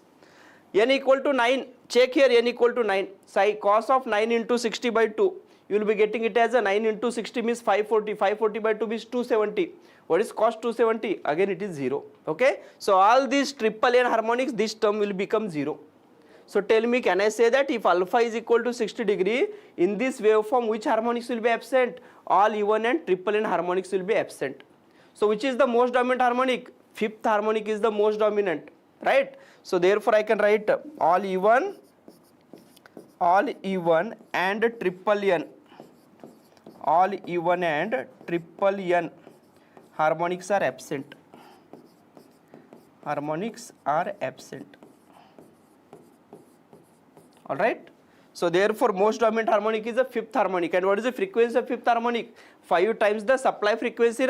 Supply frequency is 50 hertz. So therefore 5 into 50 means 250 hertz. Correct answer is option D. Okay. So suppose if you misread this expression, let us consider, then also you can answer this question. For that you need to take the help of your DC to AC converter, that is inverter. In that we are having a single pulse width modulation technique. Okay. Tell me, if alpha 60 degree means 60 to 180 means what is this pulse width? If alpha 60 degree means 60 to 180 means this pulse width is 120 degree. Again this is also 120 degree. So in quasi square waveform, if pulse width is 120 degree, which harmonics are absent? All even and triple n.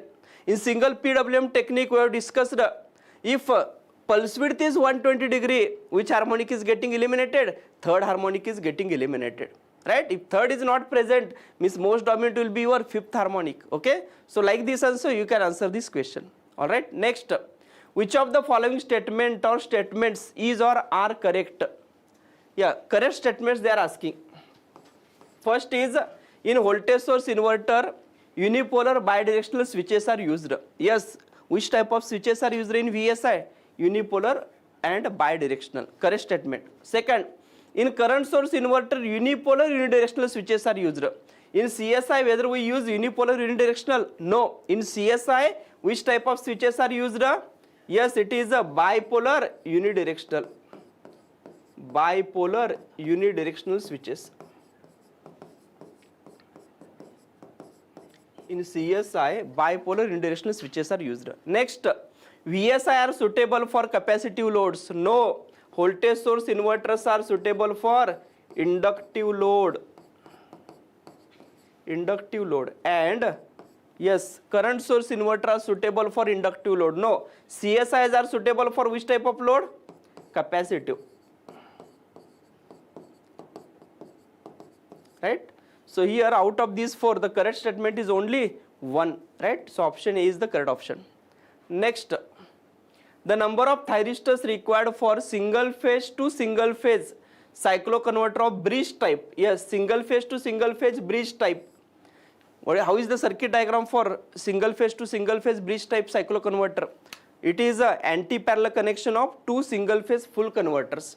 Single phase full converters are having 4 thyristors. If I use 2 anti-parallel means total 8 thyristors, right? So here for single phase to single phase, how many SCRs are required? 8 thyristors for bridge. And second is for 3 phase to 3 phase 3 pulse. 3 phase to 3 phase 3 pulse means here 3 phase that is 3 phase half rectifier, 3 phase half wave rectifier, 3 phase half wave rectifier. 2 rectifiers are connected in anti-parallel. 3 phase half wave rectifiers connected in anti-parallel. Connected in anti-parallel.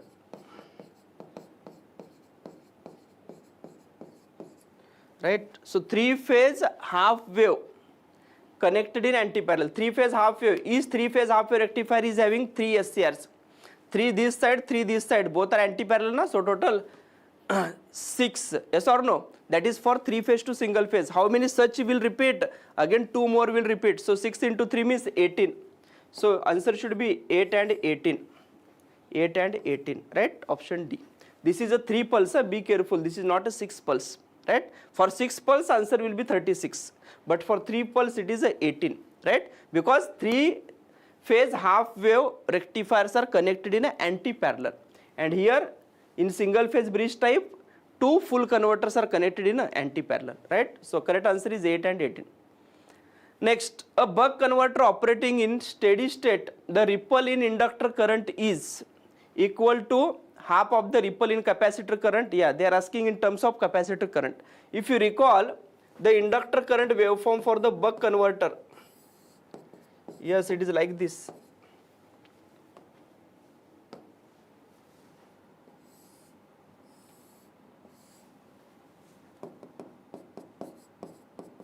This is delta IL by 2 and this is minus delta IL by 2. So what is the ripple in inductor current? Sorry, this is IC. This waveform is of IC, right? Yes. So delta IC I can write it as delta IL by 2 minus delta IL by 2. So it is equal to simply delta IL, right? Delta IL. So my ripple in inductor current is the same as that of the ripple in a capacitor current, right? Delta IC and delta IL both are equal. Okay? So equal to ripple in capacitor current. Option C is the correct option, right? Next. Yeah, a single phase AC voltage controller feeding a pure resistance load has a load voltage of 200 volt RMS. When fed from a source of 250 volt RMS, the input power factor. Yes, they are asking what is input power factor. How to find input power factor?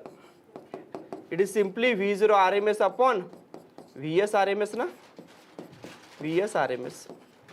V0 RMS is 200 and this is 250. So it is equal to 0.8, right? So therefore the correct answer is option B. Alright, option B is the correct option. Okay. Right, so friends, these are the questions from subject of power electronics. Hope you answered these questions well. Okay. Yeah.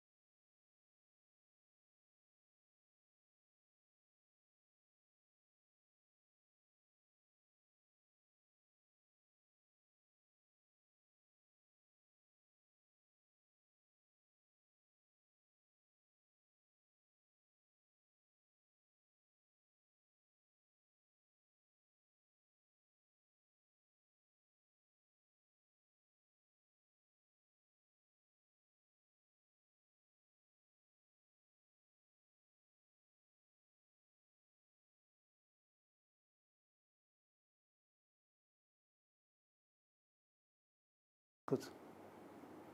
Yes, very good evening, dear. Now it's time for control system subject.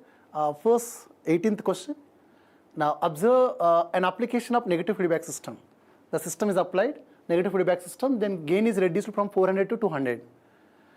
Okay, the gain with the same feedback is reduced to 300, then gain of the system without feedback is, now is asking open loop transfunction G.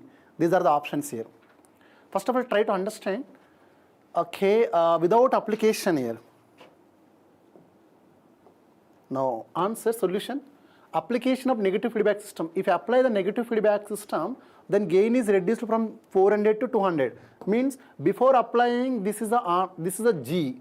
After applying negative feedback system, we will get the closed loop trans function.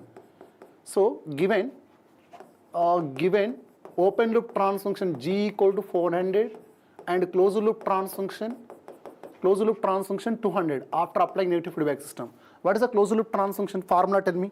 Closed loop trans function formula G upon 1 plus GH. Anyone tell me answer? These are 200. So G means 400 upon 1 plus G is 400 product of H. So after solving, what is the H value will get? H value equal to 1 by 400 will get. Now check it, H equal to 400 will get. What is the examiner again asking? What is the examiner is asking? Once again, the gain with same feedback. Same feedback means so same G equal to 1 by 4. Okay, same feedback means H equal to 1 by 400. H equal to 1 by 400. Same feedback is asking. H equal to 1 by 400. Now is raised to the 300. Then the gain of the closed loop control system. With the same feedback, this is a closed loop trans function. New closed loop trans function is given. Feedback means same feedback. Same feedback means so what is the same feedback? H equal to we got just now 1 by 400. So new closed loop trans function. New closed loop trans function is given is how much, dear? New closed loop trans function is 300 is given. 300 is given. What is the closed loop trans function formula? Closed loop trans function equal to G upon 1 plus GH. So closed loop equal to 300. G is asking. Question is the system without feedback. The system, the gain. Okay, gain without feedback means is asking G value. G value. So 300. G is unknown value. 1 plus G. Product of H equal to 1 by 400. If you solve this one, if you solve this equation, no doubt.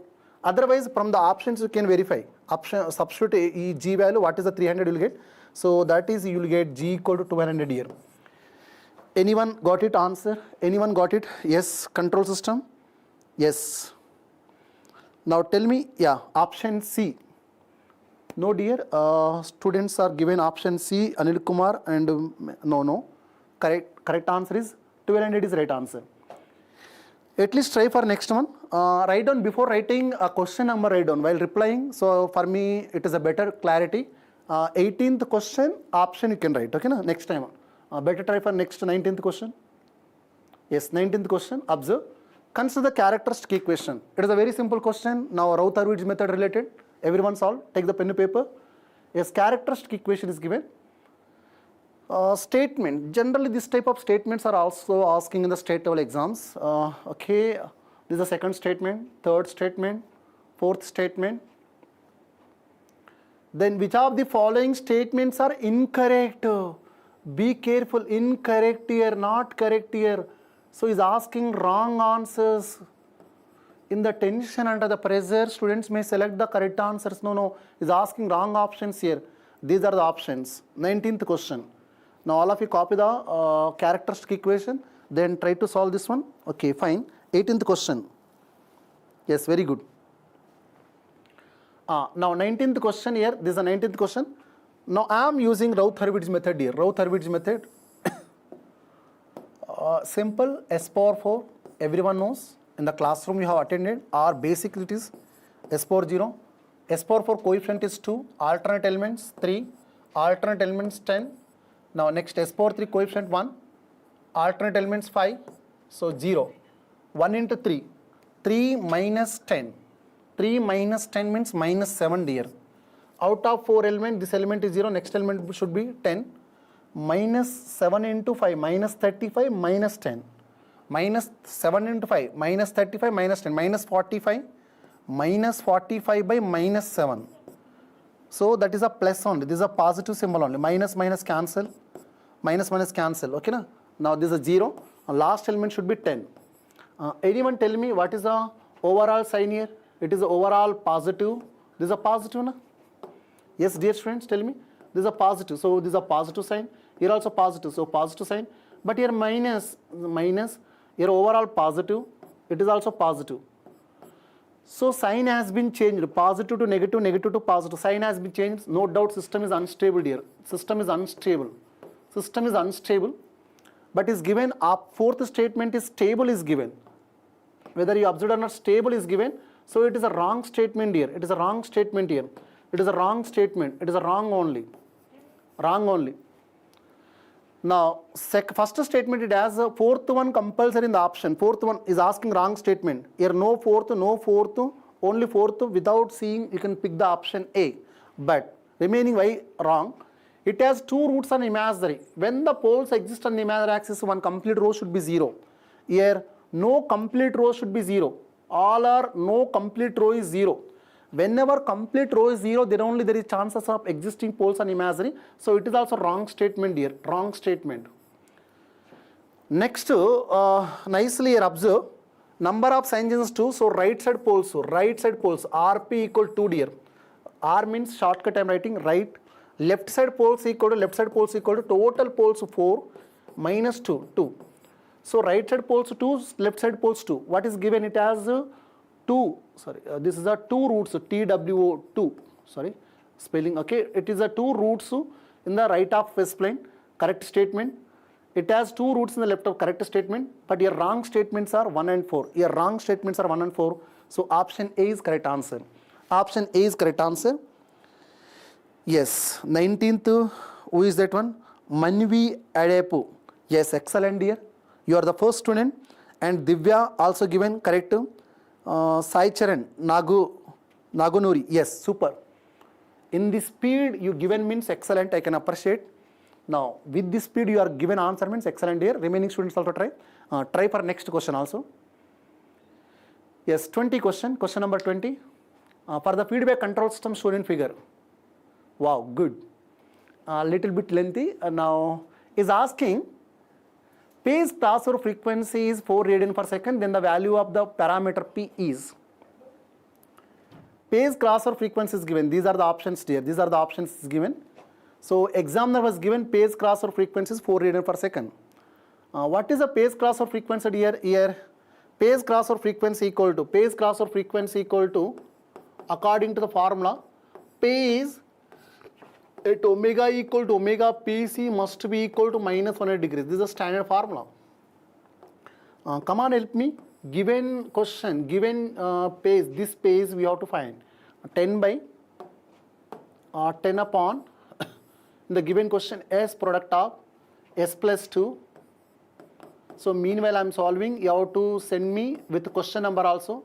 At omega equal to omega PC, that equal to minus 180 degrees.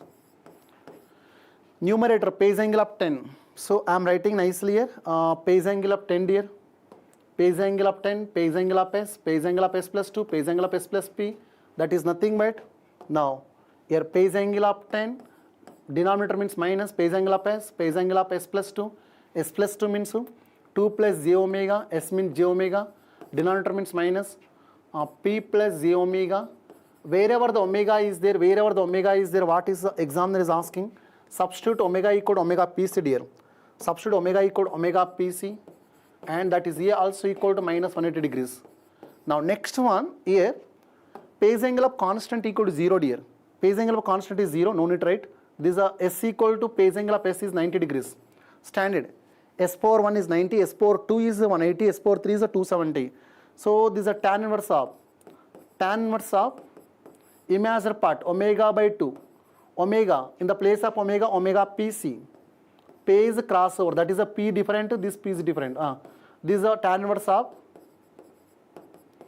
omega. Omega means omega PC. Omega suffix PC by again P. Here PP confusion. PC means phase crossover frequency. That is a minus 180 degrees. So cancel here, all side minus cancelled here. This minus if you cancel here, minus cancel. This 90 that side, 180 minus 90, 90 only. So overall what happened, command help me, tan inverse of omega PC by 2 plus tan inverse of omega PC by P, tan inverse of omega PC by P equal to 90 degrees. Now tan inverse of A plus B, come on, give the response. Tan inverse of A plus B, dear.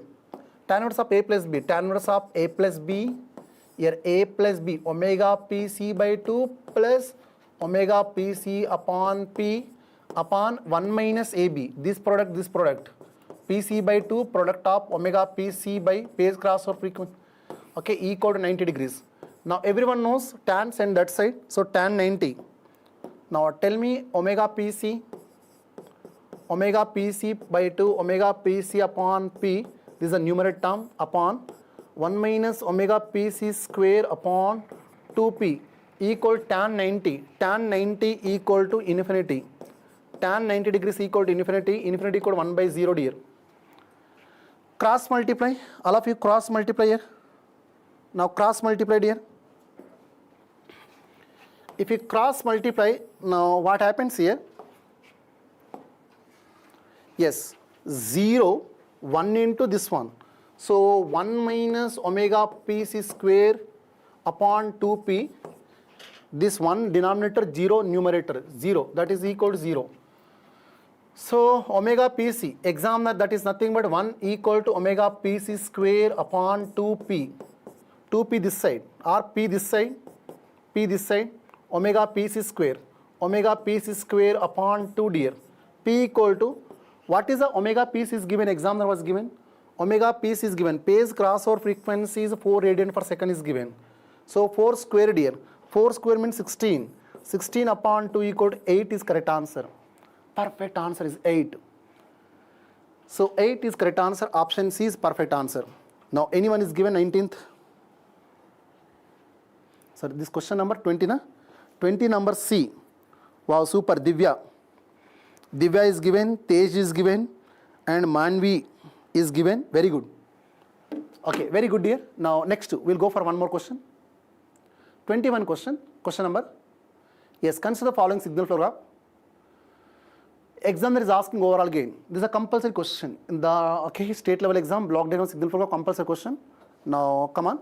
Only any question from the 2 chapters, only one shortcut technique. This is a shortcut technique. Use this shortcut technique directly. Now directly I am using C by R equal to, okay, fine, nicely here. C by R equal to, first forward path, 1, 2, 3, 4. So 1 product of 2, product of 3, product of 4, leave the space. Second forward path means this is a second forward path, 3 plus 1 product of 3, leave the space.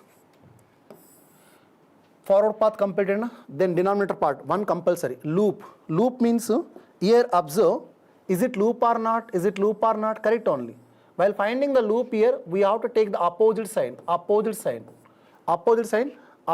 means 4 into minus. Minus means opposite sign means plus 4, dear. That is the one thing. And one more loop also there. Whether you notice or not, one more loop also there. I am writing with a different color. Is it loop or not? With the blue color I am writing. Yes, 4 into minus. Opposite sign. Opposite sign means plus 4 here. Plus 4. And this forward path, first forward path passing through first loop 1, loop 2. If it touching all the loops means 1. Second forward path also passing through both loops here. Both loops touching means the delta 1 is 1 only. Delta 1, delta 2, 1 only. After simplifying this one, you will get the 27 by 9, dear. So answer is 3. 3 is a perfect answer. Now option C is correct answer, 21. So in the live, reading your name means you will get a lot of confident level. Yes, fine. Anyone is given answer, 21. Yes, Divya, you are correct only. That shortcut technique is super. That is a more nice, okay. Yeah, fine. No one is given. Now this question 21 is the answer. Option C is correct answer. Yes, we'll go over one more question.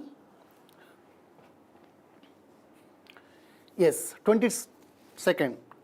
Closed loop trans function is given. The system output is 0. Then the frequency is. These are the options here. So what is the examiner is asking? Output is 0, but given trans function is given. What is a trans function equal to? Trans function equal to what? Laplace transform of output upon Laplace transform of output upon Laplace transform of input. This is a trans function. So Laplace transform output means C of S by R of S. Examiner is given output is 0. Output is 0. Output is 0 means output is directly proportional to the trans function. Output is 0 means directly, indirectly trans function is 0. Output is 0 means output is 0, that implies trans function is 0. This trans function make equal to 0. The trans function s square plus 9, this complete part equal to 0. If trans function equal to 0 means so numerator part is 0. Why? Because equal to 0. So s square plus 9 equal to 0. But s equal to what? Come on, tell me. S equal to j omega. Substitute j omega here. J omega square. J omega square. J omega square plus 9 equal to 0. So minus omega square plus 9 equal to 0. So that implies omega square equal to 9. Frequency is always positive. So 3 radian per second is correct answer. So 3 radian per second is correct answer. Option A is correct answer. Option A is a perfect answer. Option A is a perfect answer. Yes, correct. Yes, one student is given. Who is that? Arika is given, correct. And Divya is given. No, Sadhan, you are wrong. Just check it, answer once again. Okay, very good. Yes, these are the questions from the control system. These are the questions from the control systems. Now, I'll deal one more subject called as a network theory. Okay, na? Network theory. We'll go for one more subject, that is networks, control system, okay? Yes, this a question is given. Examiner is asking what is the current across Rx here. This is X, Rx. Current across Rx here. And examiner is given current passing through Rx is 5 amps is given. Current passing through Rx is 5 amps is given. That is a 5 amps is given. So this current is given here. This current is given. What is the current is given? This current is 5 amps is given. 5 amps is given. Now I am taking this voltage. Apply the KVL. Apply the KVL. If I apply the KVL, after applying KVL, this voltage difference. So V minus 20 upon, apply KCL here, KCL. V voltage difference by resistance. I am applying KCL here, apply KCL, I am writing clearly. Apply KCL. So V minus 20 by 4, again voltage V by 4. This current is entering here. This current are, okay, now, yes, V by 4. And this current also, okay, leaving 5 amperes equal to entering current is 10 amperes. 10 amperes. This current mean, okay, entering, all currents are leaving. So this is a V by 4. What happens here? Now V by 4. 2 V by 4 minus, okay, 20 equal to 5. This is a 5. So cross multiply. 2V minus 20 equal to 4 5s are 20. This, okay. 2V equal to minus 20 plus 20, 40. So voltage V equal to directly 40 by 2. 20 volts we got. We obtain V equal to 20 volts here. This is a V equal to 20 volts we got. But examiner is asking Rx here. Rx here. Now once again here. This is a voltage V. Now from here I am finding the voltage here. This is a 5 amperes we got. So this voltage we got 20. Voltage V equal to Rx plus 2. These two are series, Rx plus 2 ohms. What is the current is passing? 5 amps here. Previously what is the voltage we got? 20. 20 equal to 5 into Rx. 5 into Rx plus 2 into 5, 10.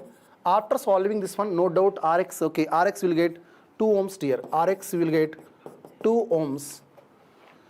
So perfect answer is option D is right answer. Option D is right answer. Okay, option D. This is a question number 8th question number. Question number 8, dear. Wow, super. Sai Arjun. Very good. Nice. LT competition is required. Next we will go for 9th question. Okay, one more question from the network theory. Capacitance. Simplification of capacitance. Now these are, yes. Finally, overall, the capacitance between the X and Y is asking, the terminal between the X and Y. So I am taking the circuit here. Yes, fine. These three are in series here. These three, this capacitance, this capacitance, this capacitance are series. Capacitance are whenever the series. What is the C equivalent equal to? Tell me. Equivalent equal to C equivalent equal to C3 equivalent equal to 1 by C3, this 1 by C3 plus this 1 by C3 plus this 1 by C3. When it's series, capacitors are in series, we need to do like this. Series. 1 by C equivalent means, come on, 3 by C3. 3 by C3. What is the C3 value is given here? 3 microfarads. So this is a C3 equal to 3 by 3 dear. 3 by 3. So that is a 1. Reciprocal are this one. So 1 by C3 equal to C3 equivalent equal to again what we got? 1 microfarad we got. So this 3 removed here. After removing this 3, what is the answer? We got 1 only. So 1 we got. Here one more capacitance, that is a C3 equivalent. C3 equivalent we got. C3 equivalent we got. Okay, this is a C3 equivalent is 1. What is a C2? C2 equal to 2 microfarad. This C2, this C3 equivalent are parallel. Parallel means both add here. After addition, this 2, add this 2, addition, add. After addition of this one, what happens here? C2 plus C3 equivalent. C3 equivalent. C2 is how much? 2 plus C3 is equivalent is how much we got previous page? From previous page 1. So again, what is the answer here? 3 only. 3. So this is removed. In this place, I can write 3 only dear. So what I am writing, this answer is 3 only dear. Okay, 3. This is the 3. This is nothing but 3 only. This is nothing but 3 only. Now I am writing 3 only. Again, this one series. This one series means this is a 3, this is a 3, this is a 3. 1 by 3, 1 by 3, 1 by 3, 3 by 3 cancel. Again this total is removed, this answer will become, this total answer again becomes 1 only dear. This total answer become 1 only, 1. This total answer is 1 only. Why? Because 1 by C3, 1 by C3, 1 by C3. 1 by C3 equivalent. So 1 only. So this is removed. Now that answer we got 1 only. This is a 1 only. C2, this one is parallel again. Parallel means both add here. This C2 is equal to 2. This is nothing but 1. So 2 plus 1, 3 we got. 3 we got. So finally we got 3 dear. 3. This one plus this one we got 3 here. So what I am writing? This is nothing but 3.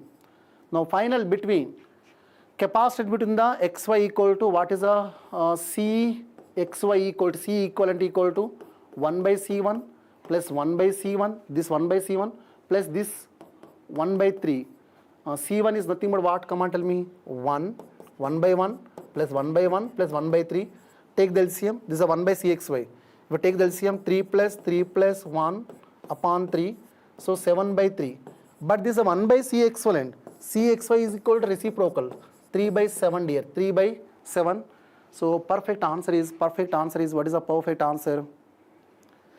3 by 7. So option B is correct answer. Option B is correct answer. Network theory question. So this is the question number 9th na? Yes, perfect. But yes, who is given?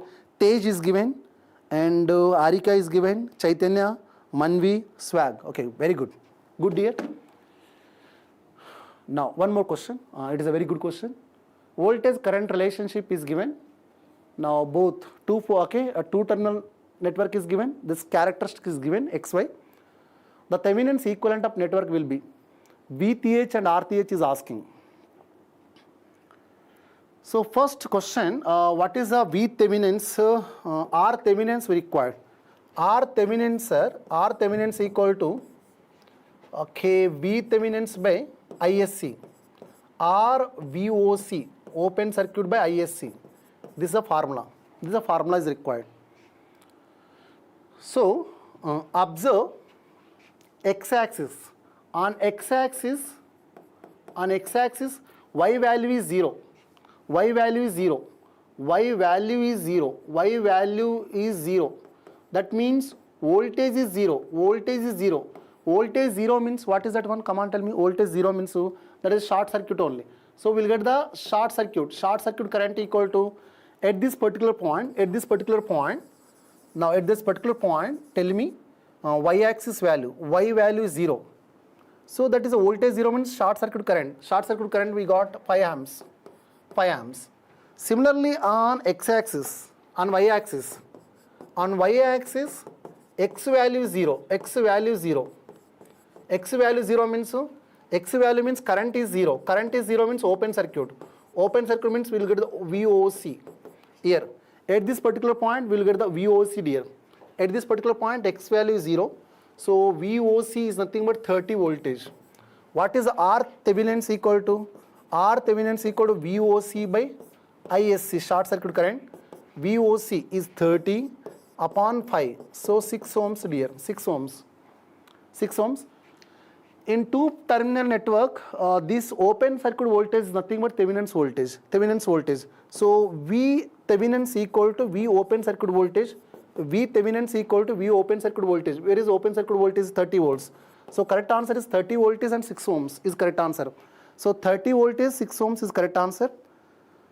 Yes, option C is right answer dear. Option C is right answer. This is a very good question. Now we'll go for one more question. Yeah, AC supply. Now both is given, active power is given, reactive power is given. We know the power formula S equal to actually P plus JQ. That is nothing but square root of P square plus Q square. Power is nothing but what? Voltage product of voltage VRMS, RMS, product of IRMS. Voltage product of current is a power. Now what is the values are given? P equal to, now AC supply of 200 volt is RMS voltage, active power of 400 and reactive power 400 square plus and reactive power 300 square. So total 1600 plus 900, 2500, that is nothing but 500 will get. Now but examiner is asking what is the RMS current is asking. IRMS equal to total power 500 upon VRMS by VRMS. In the question paper is given 500 upon VRMS is given. What is the VRMS is given? 200 is given. 500 by 200. So these two cancel, 5 by 2. That is nothing but 2.5. Any option is there? 2.5? Yes. Option C is correct answer. Next, two-port network related. Now read here. H21 is asking. Examiner is asking H21. Now we know the standard formulas of hybrid parameters in the network theory. Hybrid parameters, I am writing the equation directly. Okay, these are the hybrid parameters. V1, I2. These are the direct formulas. But examiner is asking H21 here. To get the H21, now what we need to do? V2 equal to 0 dear. V2 equal to 0. So H21 equal to I2 upon I1, but voltage V2 equal to 0. Voltage V2 equal to 0 means that second port should be short circuit. Yes, V2 equal to 0 means this completely I made short circuit here. Now here observe, next we want I2 by, actually our question is I2 by I1 required. I2 by I1 is required. So short circuit here.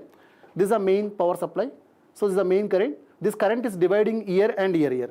Now observe, this current is dividing here and here. Okay, fine. So according to current division rule, what I am asking, yes, I2 equal to, this current is moving, I2 current is given like this direction is given. Both directions are opposite means minus sign here, minus sign. I2 current, I1 currents are both are opposite direction means I2 equal to opposite of I1. So minus sign. According to current division rule, this current equal to this current, okay, this is dividing, opposite branch means this one, opposite branch means 3 ohms into I1, okay, I2 equal to total current I1, small here, okay, this minus sign of I1 current, opposite branch 3 by total resistance 3 plus 2. But we want I2 by I1 equal to minus 3 by 5. Minus 3 by 5 means minus 0.6. Minus 0.6. Check it, any option is there. Option C is correct answer. Option C is the perfect answer. Okay, fine. Next, one more good question. Try to solve this one. Try to solve this one. One more good question is there. Yes. Wow. Okay, you are given replies. 2.5 amps, 2.5 amps. Very good here. Sai Charan and okay is given. Sandhya also given. Good. Now try this one. Number of equation. There are two methods here. Number of equation. One is a mesh equation. One is nodal equation. According to mesh equations. According to mesh equation. Mesh. Okay. Mesh analysis. Number of equations equal to. Now number of this formula L equal to B minus N plus 1 dear. According to mesh analysis. So B equal to 11, that is nothing but 11 minus 6 plus 1, so we got 6. According to nodal analysis, number of equations equal to number of twigs. Okay, twigs is nothing but n minus 1. N equal to how much here? N equal to 6. 6 minus 1 means 5. Both are right answers. In the gate paper, multiple select question, which of the following is are correct means both are correct. But here examiner is asked very nicely question paper framing here. Minimum number, minimum out of these two, who is what is the value minimum here? This is a minimum, this is a maximum. So correct answer is minimum is asking. So option A is correct answer. Option A is correct answer. Yes, these are the questions from the network theory. Next we will discuss digital subject. Okay, na? Digital subject. Yes, very simple question. Clock frequency is asking. Actually, what is the direct formula for this one? Direct, we have the formula. Time conversion equal direct formula. Time conversion equal n into t clock here. Here, examiner is given number of bits here. Number of bits is given how much here? N. N equal 8 is given. So this is nothing but 8 product of t clock here. T clock. 8 product of t clock. But what is the clock equal to? What is the clock equal to? Tell me. Now we want only t clock here. T clock equal to reciprocal of the frequency. Reciprocal of the frequency. Any frequency is given here. Frequency is given 1 megahertz. 1 megahertz is given. Okay, frequency is given. 8-bit the clock frequency is accessible type. Yes, 1 megahertz. 1 mega 10 power 6. 10 power 6 means 1 micro, okay, 1 micro. So 1 micro we got.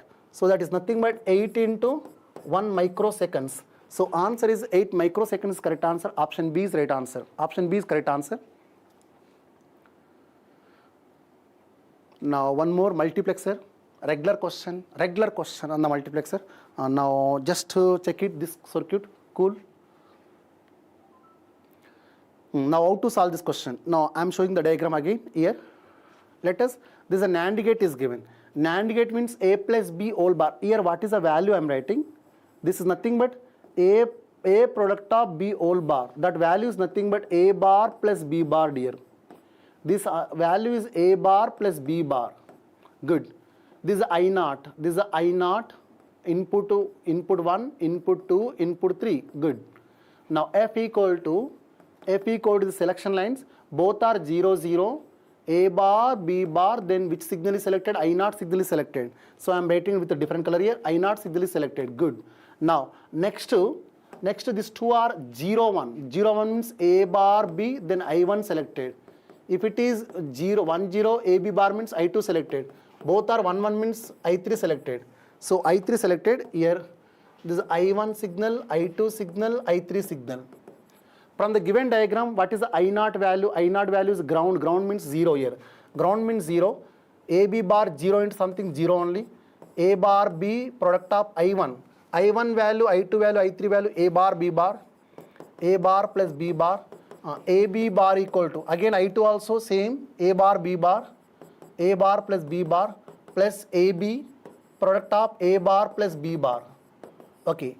After multiplication we got A bar B plus AB bar.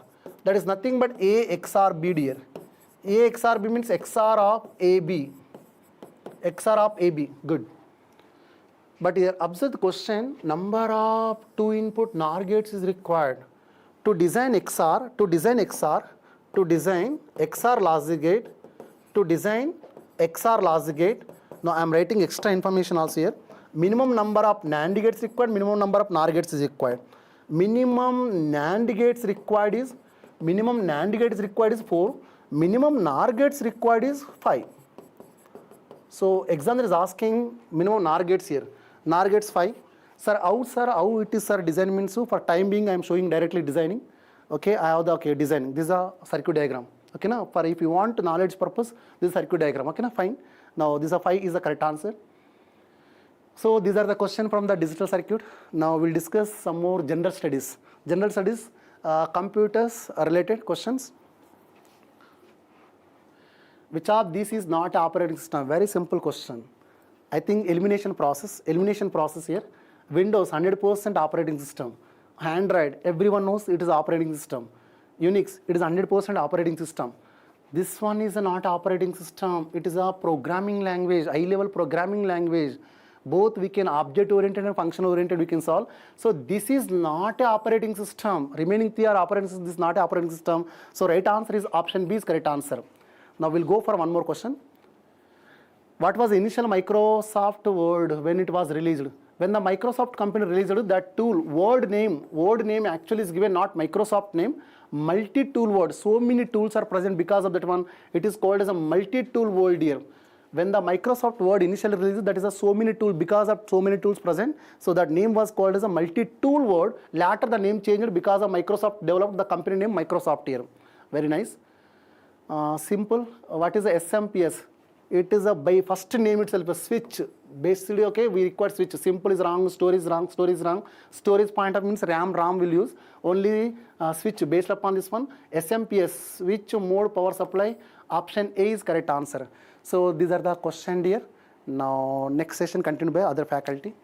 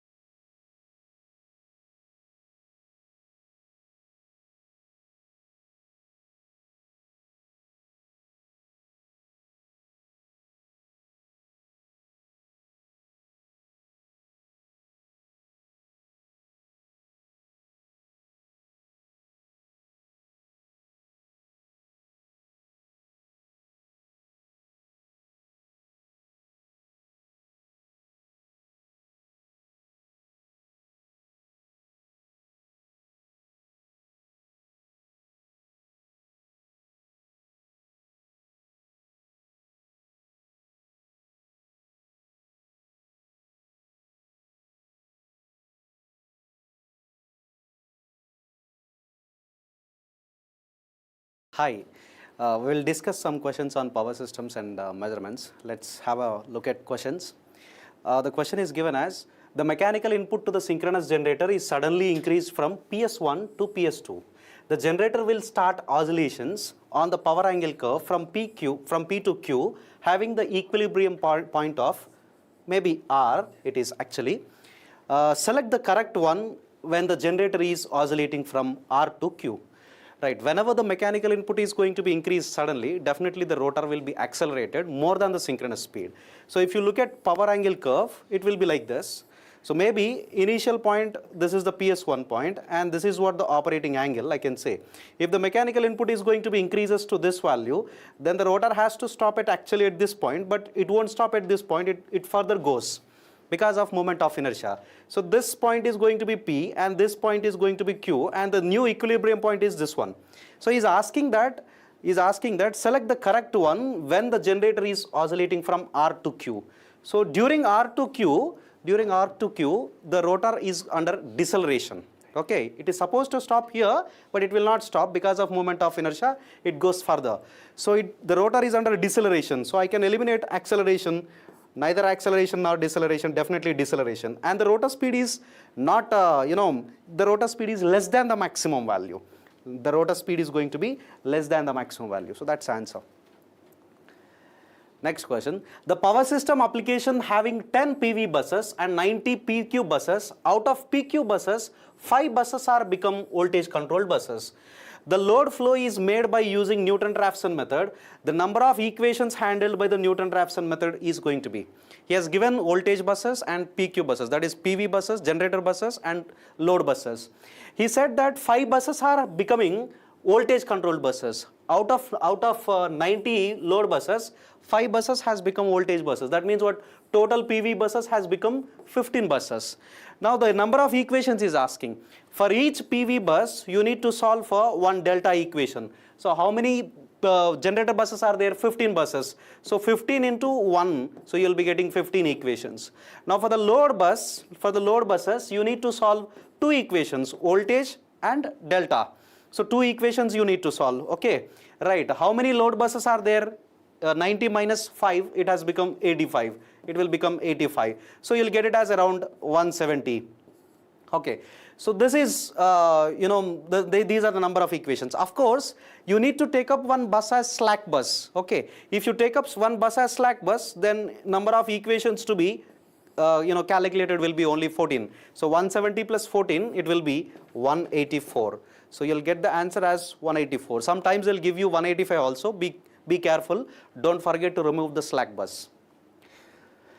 Next, he has given the maths the following. On the left side, he has given components, and on the right side, he has given materials which are going to be used in the nuclear power station. In the nuclear reactor, you'll be having moderator. So which of the material is going to be used to design the moderator? Moderator is to slow down the fast moving neutrons. So the best moderator is going to be graphite, or otherwise heavy water also you can use. When it comes to control rod, it will control the fission rate of the uranium and plutonium, the fission rate. The control rod is going to be generally boron, or otherwise you can use silver, or indium also you can use. The best control rod is going to be 1. So this 3, 1. And coolant, in order to grasp the heat, you can use air or otherwise water, or if air water is not there, you can use sodium, liquid sodium you can use to absorb the heat. So it's 4. And the shield anyhow, in order to prevent the radiation of the gamma rays, you need to go ahead with the concrete shielding. So the concrete shielding is here. So 3142, 3142 option A is matching. Okay. Moving on to the next question. In a medium or high head hydroelectric power station, a surge tank is provided to. Generally, surge tank will be provided in the penstock. So in order to avoid the water hammer effect in the penstock. So whenever the water is released, so in order to avoid the water hammer, in order to minimize the water hammer effect, you will be having a surge tank on the penstock. So is to reduce the length of the penstock? No, not actually. It is to augment water at the forebay? Not actually. Control the pressure variations in the penstock pipe due to sudden load changes. Yes, this is the true statement. Okay. Right. C answer. C is the answer. Next one. Air pollution due to smoke around the thermal power station can be reduced by installing. If you want to minimize the air pollution, the smoke particles discharged from the chimney has to be collected by some means. So that is actually done by electrostatic precipitators. We will place the electrostatic precipitator in the chimney, or otherwise still it is some smoke particles or any dust particle comes out from the chimney. You can place here and there electrostatic precipitator so that they'll attract the dust particles and smoke particles. So electrostatic precipitation is a technique to absorb the smoke and dust particles. And coming to this one, he has given a network and he is asking, consider the power system network consisting the 3 machines, M1, M2, M3. Which of the following statements or which of the following is a valid statement about the active and reactive powers from the machine? The statements are given like this, M1, M2, M3, like that he has given. Remember about this one. Here, if you look at voltage magnitudes, 100 and 100, equal voltage magnitudes. Whenever the voltage magnitudes are different, the reactive power flows from high voltage to low voltage. Remember, the medium should be reactive. The medium should be inductive reactance. If the medium is inductive reactance, the reactive power flows from higher voltage to lower voltage, right? And active power flows from higher delta to lower delta. So here delta is 0 and delta is 30. So definitely the active power flows from higher delta to lower delta. Right. What about reactive power? Voltage magnitudes are same. So this machine is going to deliver the reactive power. This machine is also going to deliver the reactive power to this inductive reactance. Coming to this one, the third machine, if you look at third machine, here between the second machine and third machine we have a capacitor. So when you have a capacitor, the conditions will be quite opposite, right?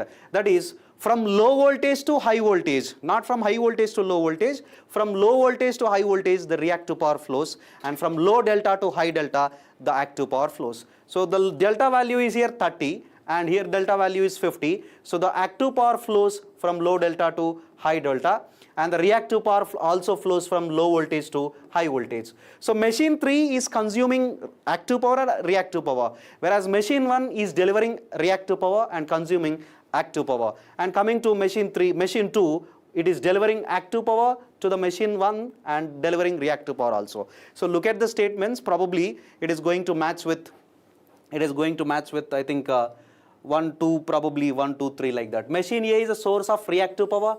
Yes, it is a source of reactive power, but sink of active power. It is consuming. Yes, the first statement is true.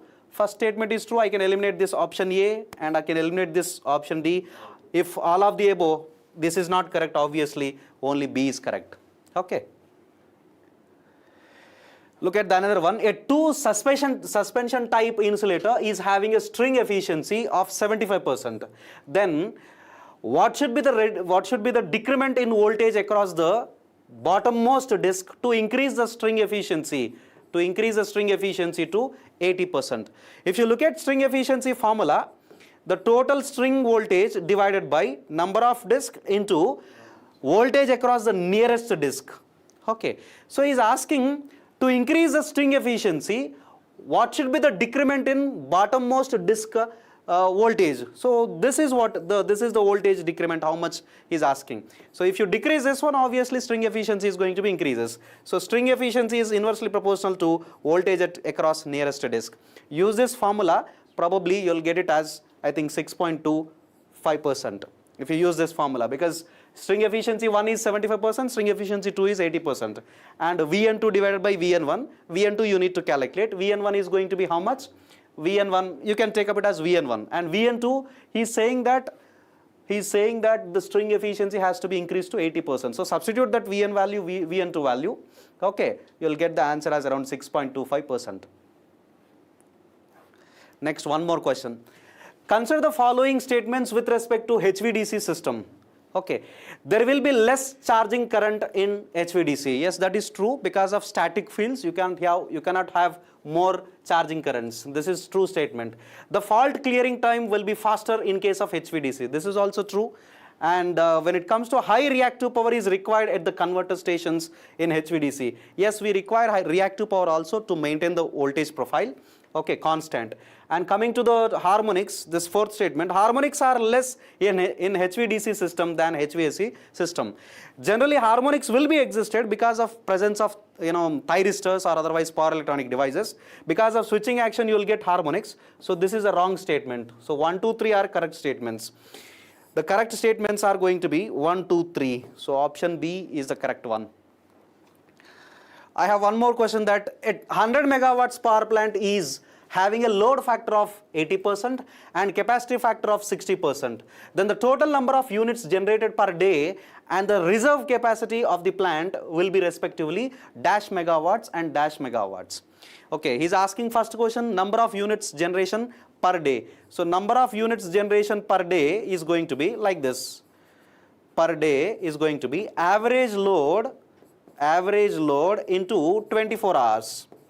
And you need to calculate the average load. If you want to calculate the average load, either you can use load factor formula or otherwise capacity factor formula. So capacity factor formula I can take up over the installed capacity, how much load is connected. On an average, how much load is connected. So the average load by installed capacity, that will give you capacity factor, right? He has given the installed capacity of the system as around 60%, and capacity factor, this is capacity factor he has given it as around 60%. Installed capacity, this is the installed capacity, around 100 megawatts. Okay, so 6.6 into 100, you will get it as 60 megawatts. So on an average, the average load is going to be 60 megawatts. So 60 into 24, 6 into 20, you'll get 1200, 24, maybe 1440 approximately. Yeah, 1440. Okay, two options are there. Let's check with the reserve capacity also. Reserve capacity, if you want to calculate, reserve capacity formula is going to be installed capacity minus maximum demand. Installed capacity, we have it as around 100 megawatts, and maximum demand, we have a factor, load factor formula. Load factor formula as average load divided by maximum demand, right? So we know average load, you can calculate maximum demand. The maximum demand is going to be average load 60, and load factor he has given it as around 0.8. So if you calculate, you substitute this maximum demand, probably you'll get the answer as around 1440 and 75 probably. This 60 divided by 0.8, how much you solve it and you'll get it. Out of these two, you'll get any one answer. That's all the questions from power system, and we'll look into some questions from measurements also. A PMMC has a following data. Flux density he has given, current also he has given, 150 turns also he has given, and area he has given it as 100 centimeters square. Sometimes they'll give you in terms of mm square. Be careful about this, units, otherwise you'll get wrong answer. Then he's asking deflecting torque. So deflecting torque is going to be flux density into current into number of turns into area. If you substitute 1 Tesla, current is going to be 5 milli and number of turns is going to be 150 into area is going to be 100 into 10 to the power of minus 2 whole square. Be careful about this one. So solve it. Probably you'll get it as around 7.5 millinewton meters, something like that. Okay, solve it, you'll get it. Next, one more question. In gravity control method, the scale is possible up to. So if you look at gravity control, this is the pointer. So in order to produce a control torque, we need to have a control weight. The control weight generally will be in perpendicular to the pointer. Now the scale, so the pointer has to move over a scale, right? So how long this scale can be placed? That is what he's asking. So if the pointer is moving over the scale, it can move up to this point. If the pointer is moved till here, then the gravity, this control weight will come till here. Okay, so till here gravity effect will be there, and after this, if the pointer moves over this, then the control weight has to come here.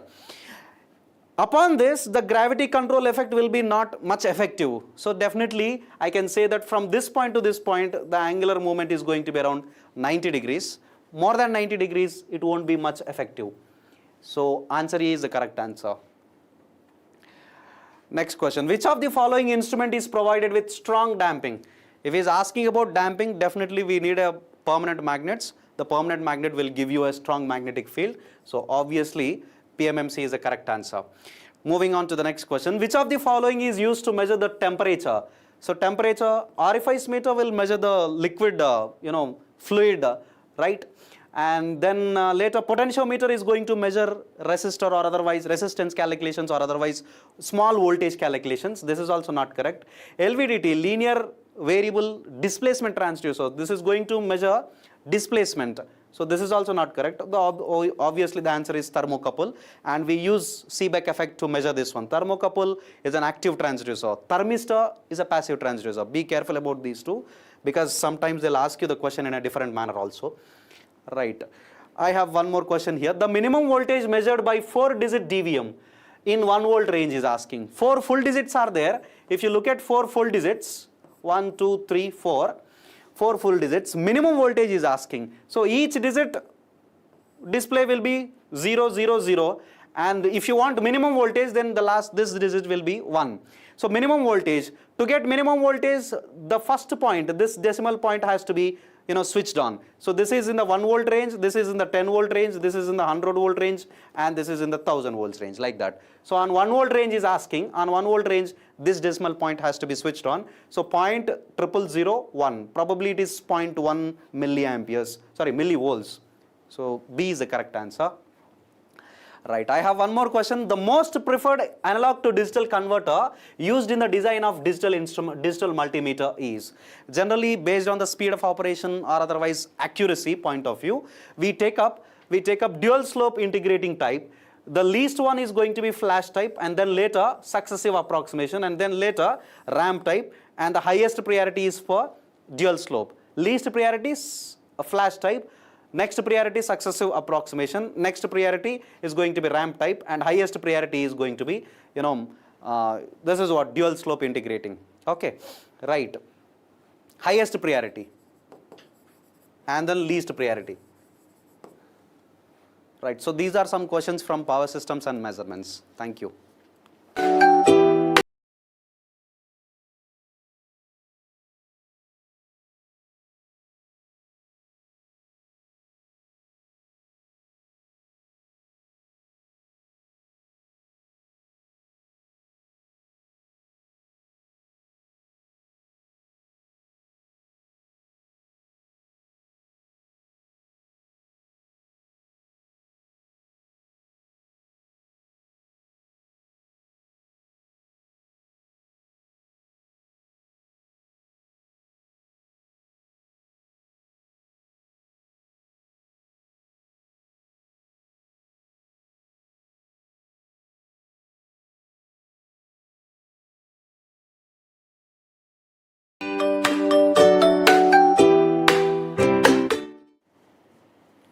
Students ఇప్పుడు మనం material science, heat transfer and power plant engineering questions discuss చేద్దాం.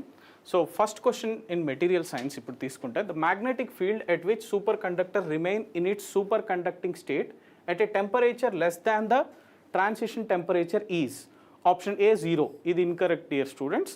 Then greater than the critical field corresponding to the given temperature, ఇది కూడా incorrect statement. Less than the critical field corresponding to the given temperature, ఇది correct statement dear students. Option C is correct for this particular question here. Next question చూద్దాం. Consider the following statements with regard to simple cubic structure. Simple cubic structure లో కొన్ని statements ఇచ్చారు. Number of nearest neighbor atoms is 4. This is incorrect dear students. Number of nearest neighbor atoms 6 ఉంటాయి. Okay, ఇది గుర్తుపెట్టుకోండి. This is incorrect statement. Second, packing efficiency is 0.52. This is correct statement dear students. At each corner of cubic unit cell, one atom is located. Idi kuda correct statement. Simple cubic structure ki. Okay. So, second statement and third statement are correct statements. So, option C will be correct for this question. Okay. Next question chudam. Consider the following statement regarding a ferromagnetic material. Okay. Above the ferromagnetic Curie temperature, the ferromagnetic materials do not exhibit hysteresis effect. The coercive force is the field required to reduce the flux density to 0. Which of the above statements are correct? Okay, so mali statements chudam. Above the ferromagnetic Curie temperature, the ferromagnetic materials do not exhibit hysteresis effect. So this is absolutely correct statement dear students. The second one, the coercive force is the field required to reduce the flux density to 0. This is also absolutely correct statement dear students. So both 1 and 2 are correct for this particular question. Option A is correct. Now let us go for the next question. The correct sequence of the following magnetic materials in the decreasing order of relative permeability is. So decreasing order of relative permeability, option C will be correct. So ferro will be greater than para, and this will be greater than diamagnetic. So ferromagnetic relative permeability will be far greater than 1. Then for paramagnetic this will be approximately equal to 1. Then for diamagnetic this will be less than 1. Okay, so try to remember this question. This is important question. When does Rochelis salt lose its ferromagnetic properties? Above 0 Kelvin, this is incorrect dear students. Above its Curie point, so this is correct statement for this question. Above Curie point, so option B will be correct for this particular question. Curie point అనేది మనం parameter గా consider చేస్తాం ఇక్కడ ferromagnetic properties గురించి. Okay, ferroelectric properties. Now let us see the questions related to heat transfer.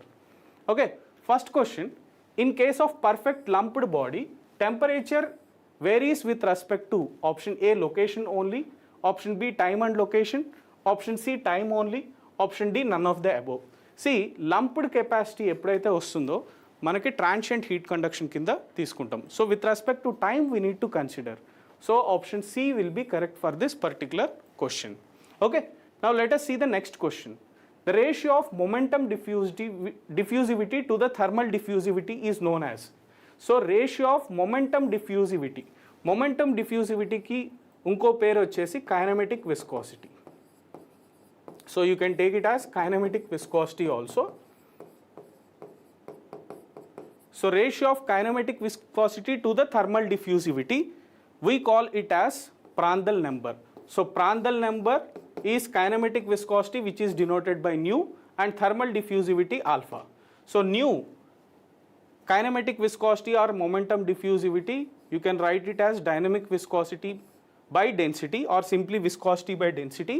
Alpha, thermal diffusivity will be K by rho C.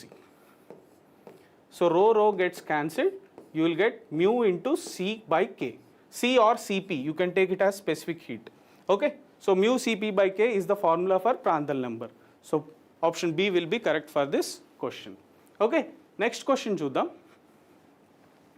If the ratio of thermal conductivity Ka by Kb is 20 and ratio of density rho A by rho B is 2 and ratio of specific heat Ca by Cb is 4, the ratio of thermal diffusivity alpha A by alpha B is. So ratio of thermal diffusivity, ఇంతకు ముందే formula చెప్పాను నేను. So alpha A by alpha B కావాలి.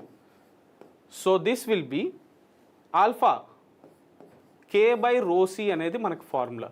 So Ka by rho A into Ca divided by Kb by rho B into Cb. Okay, now we can write this one alpha A by alpha B is equal to Ka by Kb into rho B by rho A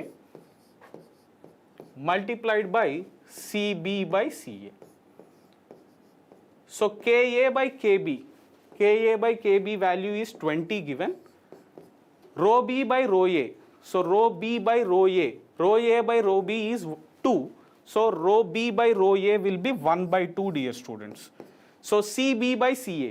So Cb by Ca value 4 ఇచ్చారు. So Ca by Cb 4 ఇచ్చారు కాబట్టి Cb by Ca this is 1 by 4. Okay.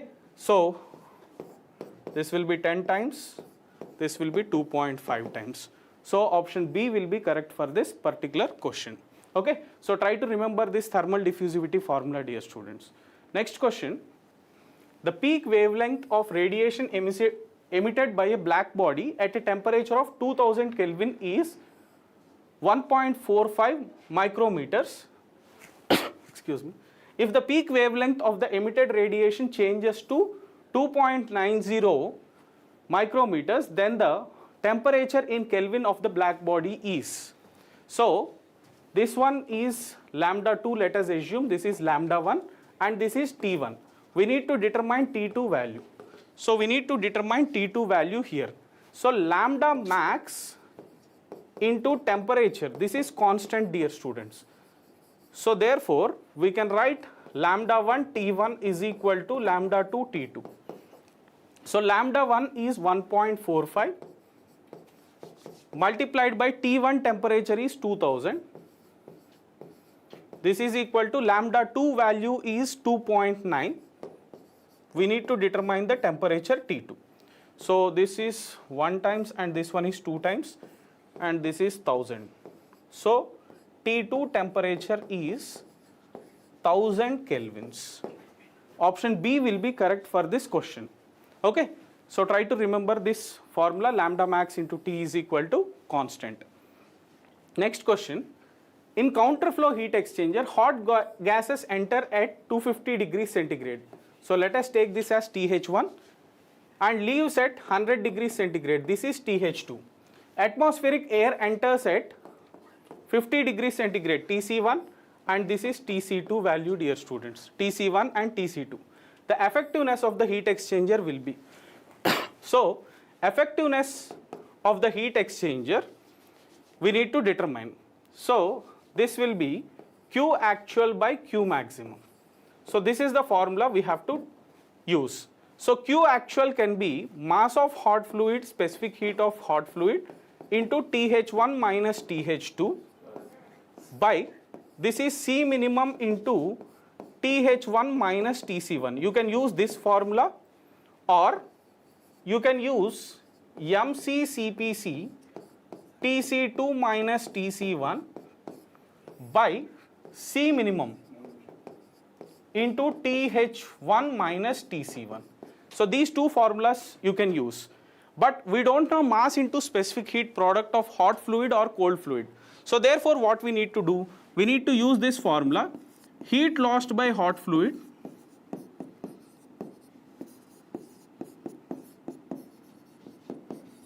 is equal to heat gained by cold fluid.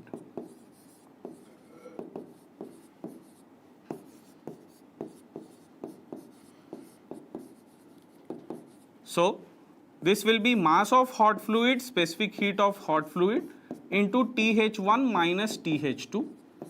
This will be mass of cold fluid, specific heat of cold fluid into TC2 minus TC1. Now this one you take it as capital CH into TH1 minus TH2 and this will be capital CC into TC2 minus TC1. Now if we substitute the values of TH1, TH2, TC2, TC1, we are going to get what is C minimum here. Okay, then the problem becomes easy. So let us substitute that. CH into TH1 is 250 minus TH2 value is 100. So this will be equal to TC2 minus TC1. So CC into 80 minus 50. Now if you observe carefully, here the difference is 150 and here it is 30. So in order to make this an equation balanced, this CC will be maximum and CH will be minimum. So CH is nothing but mass of hot fluid into specific heat of hot fluid. So let us go with this formula to determine effectiveness, right? So if we substitute here, effectiveness will be equal to C minimum into TH1 value is 250 minus TH2 is 100 divided by C minimum into TH1 is 250 minus 50. So these two will get cancelled. So 150 by 200 you are going to get. So this is 3 by 4. So 3 by 4, which is nothing but 0.75. Option D will be correct for this question. Okay. So these are the questions from heat transfer. Now let us see the questions related to power plant engineering. Okay. The first question, reaction turbines, Kaplan or propeller water turbines are used for low head. So low head it will be used, high head and low discharge, high head and high discharge, low head and high discharge. So this is the most apt answer, dear students. So therefore option D will be correct for this particular question. Now let's go for the next question. Due to the limits, upper efficiency of steam turbines is fixed to option A 5 to 15%, option B 15 to 25%, option C 25 to 35%, option D 35 to 45%. So మనకు కొన్ని text బుక్స్లో 35 to 45% అని ఇస్తారు, కొన్ని text బుక్స్లో 30 to 50% అని ఇస్తారు. So ఈ రేంజ్లో ఎక్కడ వచ్చినా కానీ you can put that as the correct answer. Okay dear students, next question, which of the following pollutants causes acid rains at conventional thermal power plants? Option A nitrogen oxide, option B carbon dioxide, option C sulfur dioxide, option D nitrogen dioxide. So sulfur dioxide, this is the major pollutant that will cause the acid rains. Okay, so try to remember, option C will be correct for this question. Next question, what is load factor with reference to thermal power plant? So load factor is the ratio of average load to the maximum demand. Ratio of average demand to the maximum demand.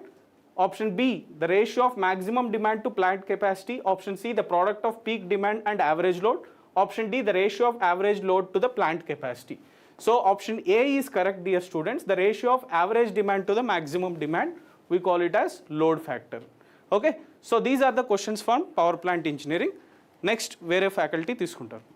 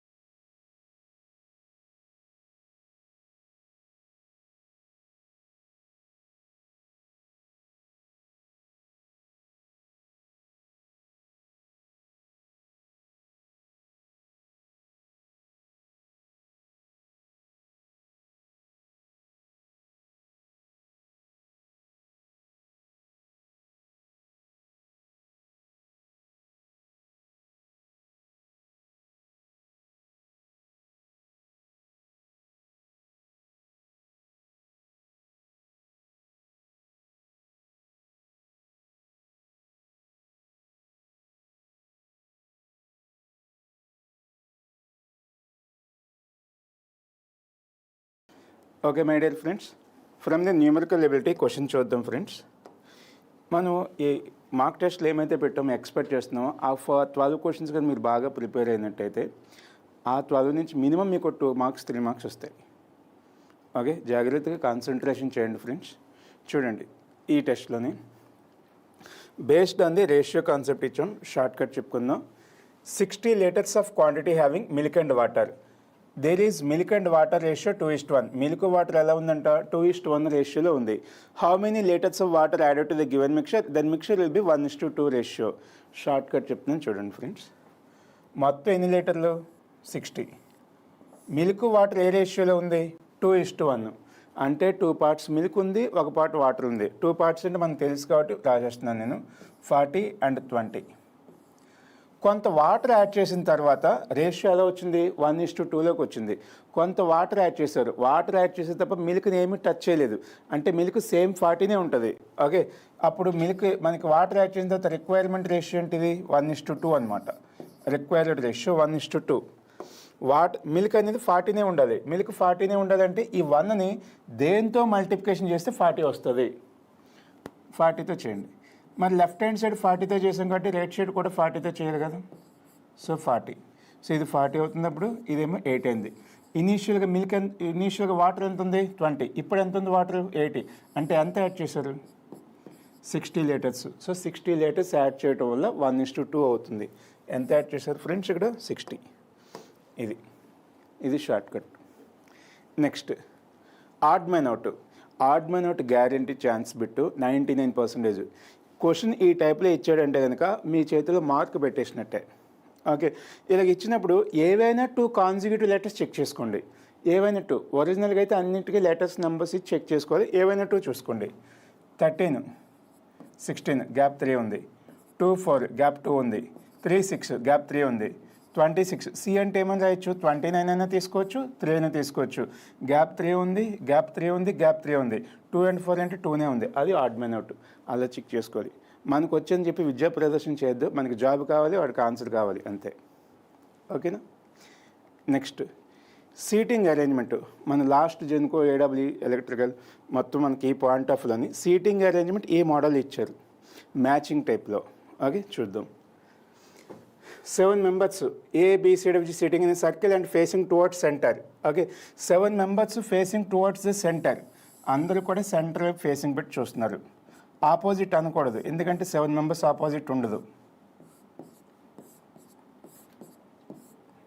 Okay 7. Next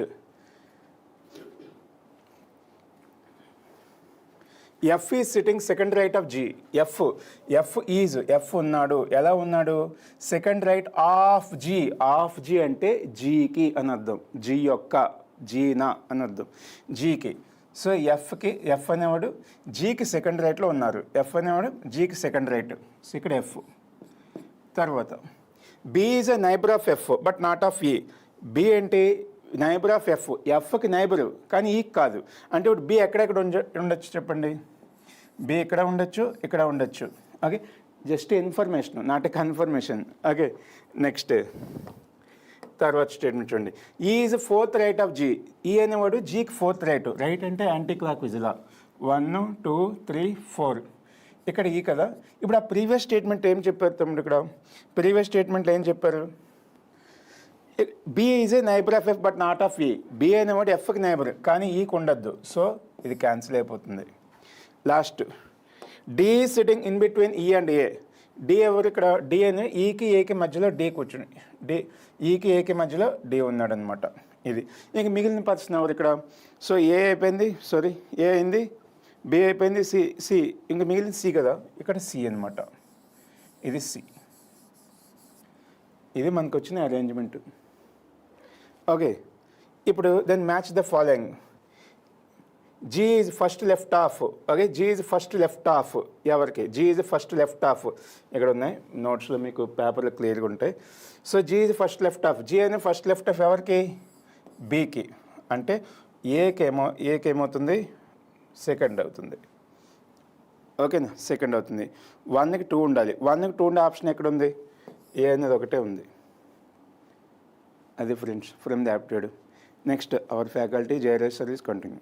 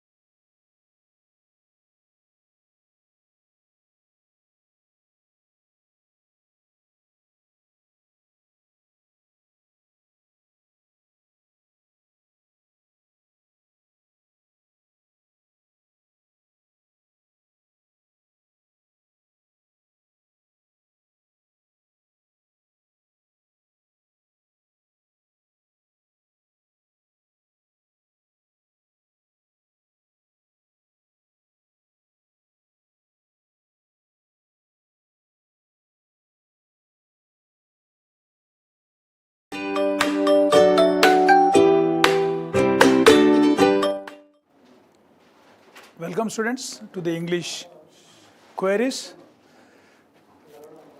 There have been few questions. Let us try to see, as we were trying to look into the previous mock test. Likewise, similar questions I am going to just tackle.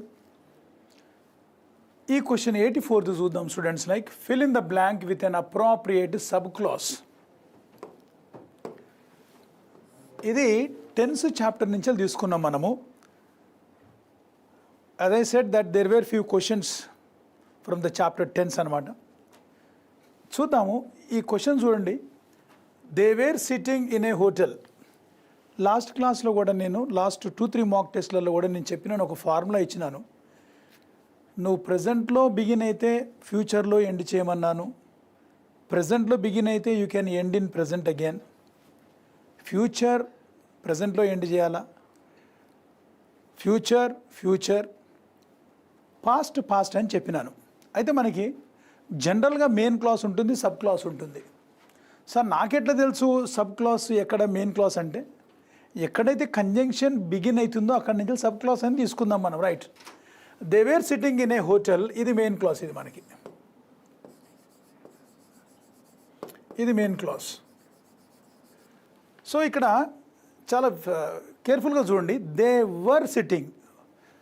వర్ అనేది ఏందాం ఇక్కడ. ఇప్పుడు మనం be తీసుకున్నాం అనుకో, be ఫామ్లో తీసుకుంటే is, yam, are ఇవన్నీ present కింద వస్తుంది మనకి. పాస్ట్ వచ్చేసేమో మనకి వాస్, వర్ వస్తుంది. ఇక థర్డ్ ఫామ్ అనుకుంటే మనకి బి. జనరల్గా మనం దీన్ని V1, V2 అండ్ V3 అంటాం. సో ఇప్పుడు ఇది ఎందులో ఉంది, ఇప్పుడు ఇది వర్ ఇక్కడ ఉంది మనకి. V2 అంటే పాస్ట్ టెన్స్ అది.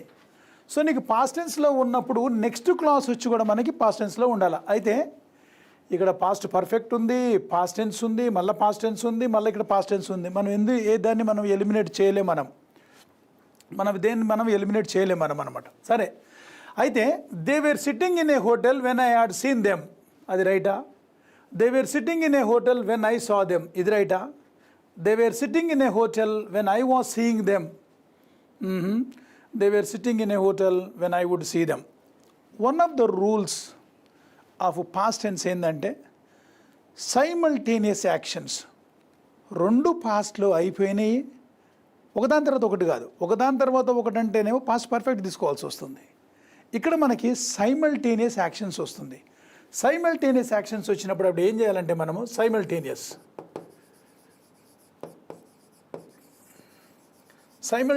యాక్షన్స్ రెండు అయిపోయినాయి పాస్ట్లో. ఒకటి పాస్ట్ కంటిన్యూస్లో ఉంటుంది, ప్లస్ ఇంకోటి వచ్చి సింపుల్ పాస్ట్ ఉంటుంది. ఒక రూల్ అది, ఒక వన్ ఆఫ్ ద రూల్స్ అనమాట, కార్డినల్ రూల్స్ అనుకుందాం. సైమల్టేనియస్గా అంటే ఒకదాని తర్వాత ఒకటి కాదు, అదే సమయంలో. ఎలా జరిగింది చూడండి ఇక్కడ. They were sitting in a hotel. అప్పుడు ఏమైనప్పుడు వెన్ ఐ సా దెమ్ అంటే నేను చూసినప్పుడు వాళ్ళు అక్కడ హోటల్లో కూర్చొని ఉన్నారు. సో ఇదనమాట. సో సింపుల్ పాస్ట్ కదా మనకి, see saw. So they were sitting. So past continuous వచ్చింది ఇక్కడ మనకి. And what we call it as simple past ఇక్కడ. సో ఇది పాస్ట్ కంటిన్యూస్. మనకు కావాల్సింది ఇక్కడ సింపుల్ పాస్ట్. ఇంకా అన్ని వేరే అన్నీ మనకి రాంగ్ వస్తుంది అనమాట. రైట్, ఓకేనా? Right, very good. Simultaneous actions, past continuous, what we call it as simple పాస్ట్లో పెట్టాలి. నెక్స్ట్ చూద్దాం ఒకటి. Fill in the blank with an appropriate phrase. ఇలాంటి క్వశ్చన్స్ మనం చాలా చూసుకుంటూ వస్తూ ఉన్నాము.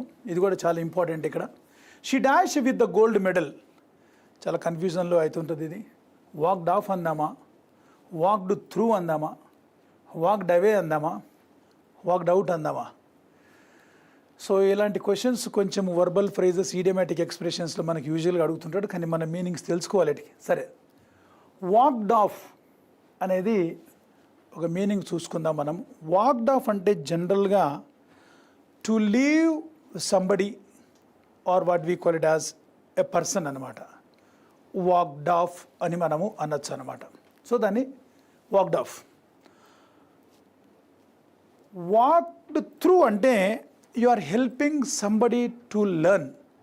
అది you are helping somebody to learn అనమాట. సరే, మనకి ఏ మీనింగ్ వస్తుందో చూద్దాం. వాక్డ్ అవే, వాక్డ్ అవేకి 2-3 మీనింగ్స్ ఉంటుంది. వాక్డ్ అవే అనేది టు లీవ్ సంబడి కూడా అనొచ్చు. వాక్డ్ అవే అనేది you win something and you carry with you something, అది వాక్డ్ అవే అంటాము. వాక్డ్ అవుట్ అంటే పని చేసేటప్పుడు ఒక స్ట్రైక్ చేయడము వాకౌట్ అని చెప్పచ్చు మనము. వాకౌట్ అనేది టు లీవ్ సమ్ రెస్పాన్సిబిలిటీ కూడా వాకౌట్ అని కూడా అనొచ్చు మనము.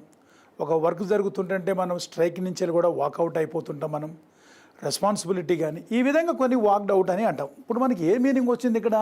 She dash with the gold medal అంటుంది అనమాట. సో వాక్డ్ ఆఫ్ అయితే కాదు, కానీ ఒక మీనింగ్ దానికి కూడా ఉంది, వాక్డ్ ఆఫ్ అని కూడా ఉంది. వాక్డ్ ఆఫ్ అంటే ఏంటిది? టు విన్ అని కూడా ఒక మీనింగ్ ఉంది, కానీ అది ఇన్ఫార్మల్. అది మనం చాలా కొంచెం కేర్ఫుల్గా ఉండాలి. ఇన్ఫార్మల్ కాదు, మనకు కావాల్సింది ఫార్మల్ అనమాట. సో ఇది మనకి right answer. So walked away, she walked away with the gold medal అంటే she carried. Right students, like ఇక పోతే ఇంకొక క్వశ్చన్ చూసుకుందాం. ఇక్కడ ఐడెంటిఫై ఇన్కరెక్ట్ సెంటెన్సెస్. చూడండి, ఇక్కడ మనం ఒక్కోసారి కేర్ఫుల్గా ఇన్స్ట్రక్షన్స్ చాలా కేర్ఫుల్గా చదువు. ఇన్కరెక్ట్ సెంటెన్స్ అన్నాడు ఇక్కడ. ఐడెంటిఫై ఇన్కరెక్ట్, కరెక్ట్ కాదు, ఇన్కరెక్ట్ సెంటెన్స్ అన్నాడు. చూడంగానే మీకు తెలిసిపోతుంది. We may have some tea, అది స్టేట్మెంట్లో ఉన్నప్పుడు క్వశ్చన్ ఉంది, అది ఇన్కరెక్టే కదా. Please you may post this letter for me, may you post this letter for me అంటే అది క్వశ్చన్ అవుతుంది. అది ఇదే స్టేట్మెంట్ కదా, మళ్ళీ క్వశ్చన్ మార్క్ కూడా, ఇది కూడా రాంగే కదా. ఇది ఇన్కరెక్టే, ఇది ఇన్కరెక్టే. చూద్దాం. You may take off your hat, I can't see the screen.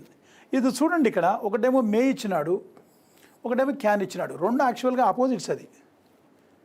So May supposing like ఒక పర్మిషన్ అడిగినావు అనుకో, మే ఐ కమిన్ సార్ అంటే అది చాలా ఫార్మల్గా ఉంటుంది. అది అలా నువ్వు ఇలా నిలబడి అడగచ్చు, మే ఐ కమిన్ సార్ అని అనొచ్చు. క్యాన్ కూడా పర్మిషన్ అడుగుతుంది. దానికి ఎలాగ అడగచ్చు అంటే, సపోజ్ నువ్వు క్లాస్లోకి వెళ్ళాలంటే ఇలా ఉండి ఇలా తిక్కుకుంటా క్యాన్ ఐ కమిన్ సార్ అని అనొచ్చు. అంటే దాని అర్థం ఏంటిది? ఆ లెక్చరర్ నీకు ఏదో జానికి జిగిరి దోస్త్ అన్నట్టుగా నువ్వు ఫీల్ అవుతున్నావు. సో దాని మీనింగ్స్ వేరే ఉంటుంది అనమాట. అయితే ఇక్కడ క్యాన్కి మేకి మ్యాచ్ కాదు. సో మే అనేది డిఫరెంట్, క్యాన్ అనేది. You may take off your hat, బహుశా నువ్వు తీసేయచ్చు. I can't see the screen అంటున్నాడు. ఇక్కడ మే అంటున్నావు, మళ్ళీ కాంట్ అంటున్నావు, అది రెండు రాదు. ఇట్లా చెప్పచ్చు. Take off your hat, can అనేది ఎప్పుడు పాసిబిలిటీ అనమాట, కమాండ్ చెప్పచ్చు అనమాట. Take off your hat, I can't see the screen అంటే అప్పుడు అది రైట్ అవుతుంది అనమాట. సో ఇది కూడా రాంగే. మన 3 రాంగ్ అన్నప్పుడు ఇక్కడ ఏముంది మనకి? ఇంకా డి 1, 2, 3 మొత్తం అన్నీ ఇన్కరెక్ట్ సెంటెన్సెస్. ఈ విధంగా కూడా మీరు చూసుకోవచ్చు. రైట్ స్టూడెంట్స్, లైక్ సో ఈ విధంగా ఇంగ్లీష్లో కొన్ని క్వశ్చన్స్ మీకు టెన్సెస్ నుంచి, వర్బల్ ఫ్రేజెస్ నుంచి, ఈడియమ్స్ నుంచి మీకు అడగచ్చు. సో సెంటెన్స్ కరెక్షన్స్లలో, సెంటెన్స్ ఇంప్రూవ్మెంట్లలో I hope you might have done all these questions. ఇకపోతే కొన్ని instructions, I just would like to give you some instructions with regard to the Genco. మీకు కొన్ని గేట్కి సంబంధించిందమ్మా. ఇక్కడ జస్ట్ చూడండి, ఇక్కడ ఈ జెన్కో ప్రీ రికార్డెడ్ వీడియోస్ మన దగ్గర అవైలబుల్గా ఉన్నాయి. అది స్ట్రీమ్స్ అన్నీ ట్రిపుల్కి కానీ, సివిల్ ఇంజనీరింగ్ వాళ్ళకి కానీ, మెకానికల్ ఇంజనీరింగ్, ఈసీ వాళ్ళకి subscriptions 2 months, 3 months, 6 months, 12 months ఉంటుందమ్మా. దానికి 20% you can avail discount. Right sir, మేము ఎలాగా దీన్ని అప్రోచ్ కావాలంటే నేను ఫైనల్గా మీకు నెంబర్స్ ఇస్తాను, మీరు చూస్తున్నారు నెంబర్స్ కూడా చూస్తాను. రైట్నా? Right, very good. ఇకపోతే ఇంకొకటి క్లాస్ రూమ్ కోచింగ్ ఒకటి ఉందమ్మా. అది మనకి కొత్తపేటలో మన దిల్సుఖ్ నగర్ దగ్గర. అది ఈఎస్సి గేట్ పిఎస్యూ 2025. ఇది మనకి రెగ్యులర్ బ్యాచెస్ డేట్స్. అది 19th June స్టార్ట్ అవుతున్నది, ఆల్రెడీ స్టార్ట్ అయిపోయింది. అది 2nd లేదా 21st July 2024లో కొత్త బ్యాచెస్ స్టార్ట్ అవుతున్నాయి మనకి. అన్ని స్ట్రీమ్స్కి, సివిల్కి, మెకానికల్, ఈసీ కానీ, triple computer science, data structures కానీ, ఇన్స్ట్రుమెంటేషన్స్ కానీ అన్నిటికీ మనము ఈ విధంగా చూసుకోండి. కన్సెషన్స్ కొంతమందికి అడుగుతున్నారు. వాళ్ళకి ఓల్డ్ స్టూడెంట్స్కి, ఐఐటి, ఎన్ఐటి స్టూడెంట్స్కి, గవర్నమెంట్ కాలేజ్ స్టూడెంట్స్కి వాళ్ళకు కూడా కొంచెం కన్సెషన్స్ ఇస్తున్నారు. You can avail these concession students like now. Right. ఇకపోతే మనకి టీఎస్ జెన్కో అసిస్టెంట్ ఇంజనీరింగ్, అది triple E C, mechanical, civil engineering మనము మెగా మాక్ టెస్ట్ కండక్ట్ చేస్తామన్నాం. ఆల్రెడీ మనకి 28th June అయిపోయింది ఒకటి, 2nd July అయిపోయింది, ఈ రోజున 6th. ఇంకొక మాక్ టెస్ట్ మనకు ఒకటి ఉంది 10th July 2024. అది మీరు ఇంకొక టెస్ట్ కూడా మీకు అవైలబుల్గా ఉన్నది, అది చూడండి. ఇక లాస్ట్కి పోతే మీకు జెన్కో ట్రాన్స్కో డిస్కామ్స్లో క్లాస్ రూమ్ కోచింగ్, అది హ్యాబిట్స్లోనే జరుగుతున్నది. హైదరాబాద్ అది మన ఇక్కడ హైదరాబాద్లో ఆన్లైన్ లైవ్ క్లాసెస్ అది 14 కాదమ్మా, అది 15th డేట్స్ అనౌన్స్మెంట్ చేసినారు వాళ్ళు 15th ఓకేనా. 15th July 2024లో న్యూ బ్యాచ్ స్టార్ట్స్ అవుతున్నది. So those students who just want to get into the classroom కానీ 2 ఆన్లైన్ క్లాసెస్ కోచింగ్ కానీ, దానికి కొంచెం అర్లీ బర్డ్స్కి 10% ఉంటుంది, 50% ఫర్ క్లాస్ రూమ్ ఓల్డ్ స్టూడెంట్స్కి, 30% discount for online live batch old students అనమాట. ఇకపోతే sir నాకు కొన్ని డౌట్స్ ఉన్నాయి, ఎవరిని కలవాలని అనుకుంటే you can approach these helpline number students like నా. ఫర్ మోర్ డీటెయిల్స్ కాంటాక్ట్ 7799996602కి కాంటాక్ట్ చేస్తే they will try to provide you all the details అనమాట. Right students, like I wish you all the best. Thank you very much.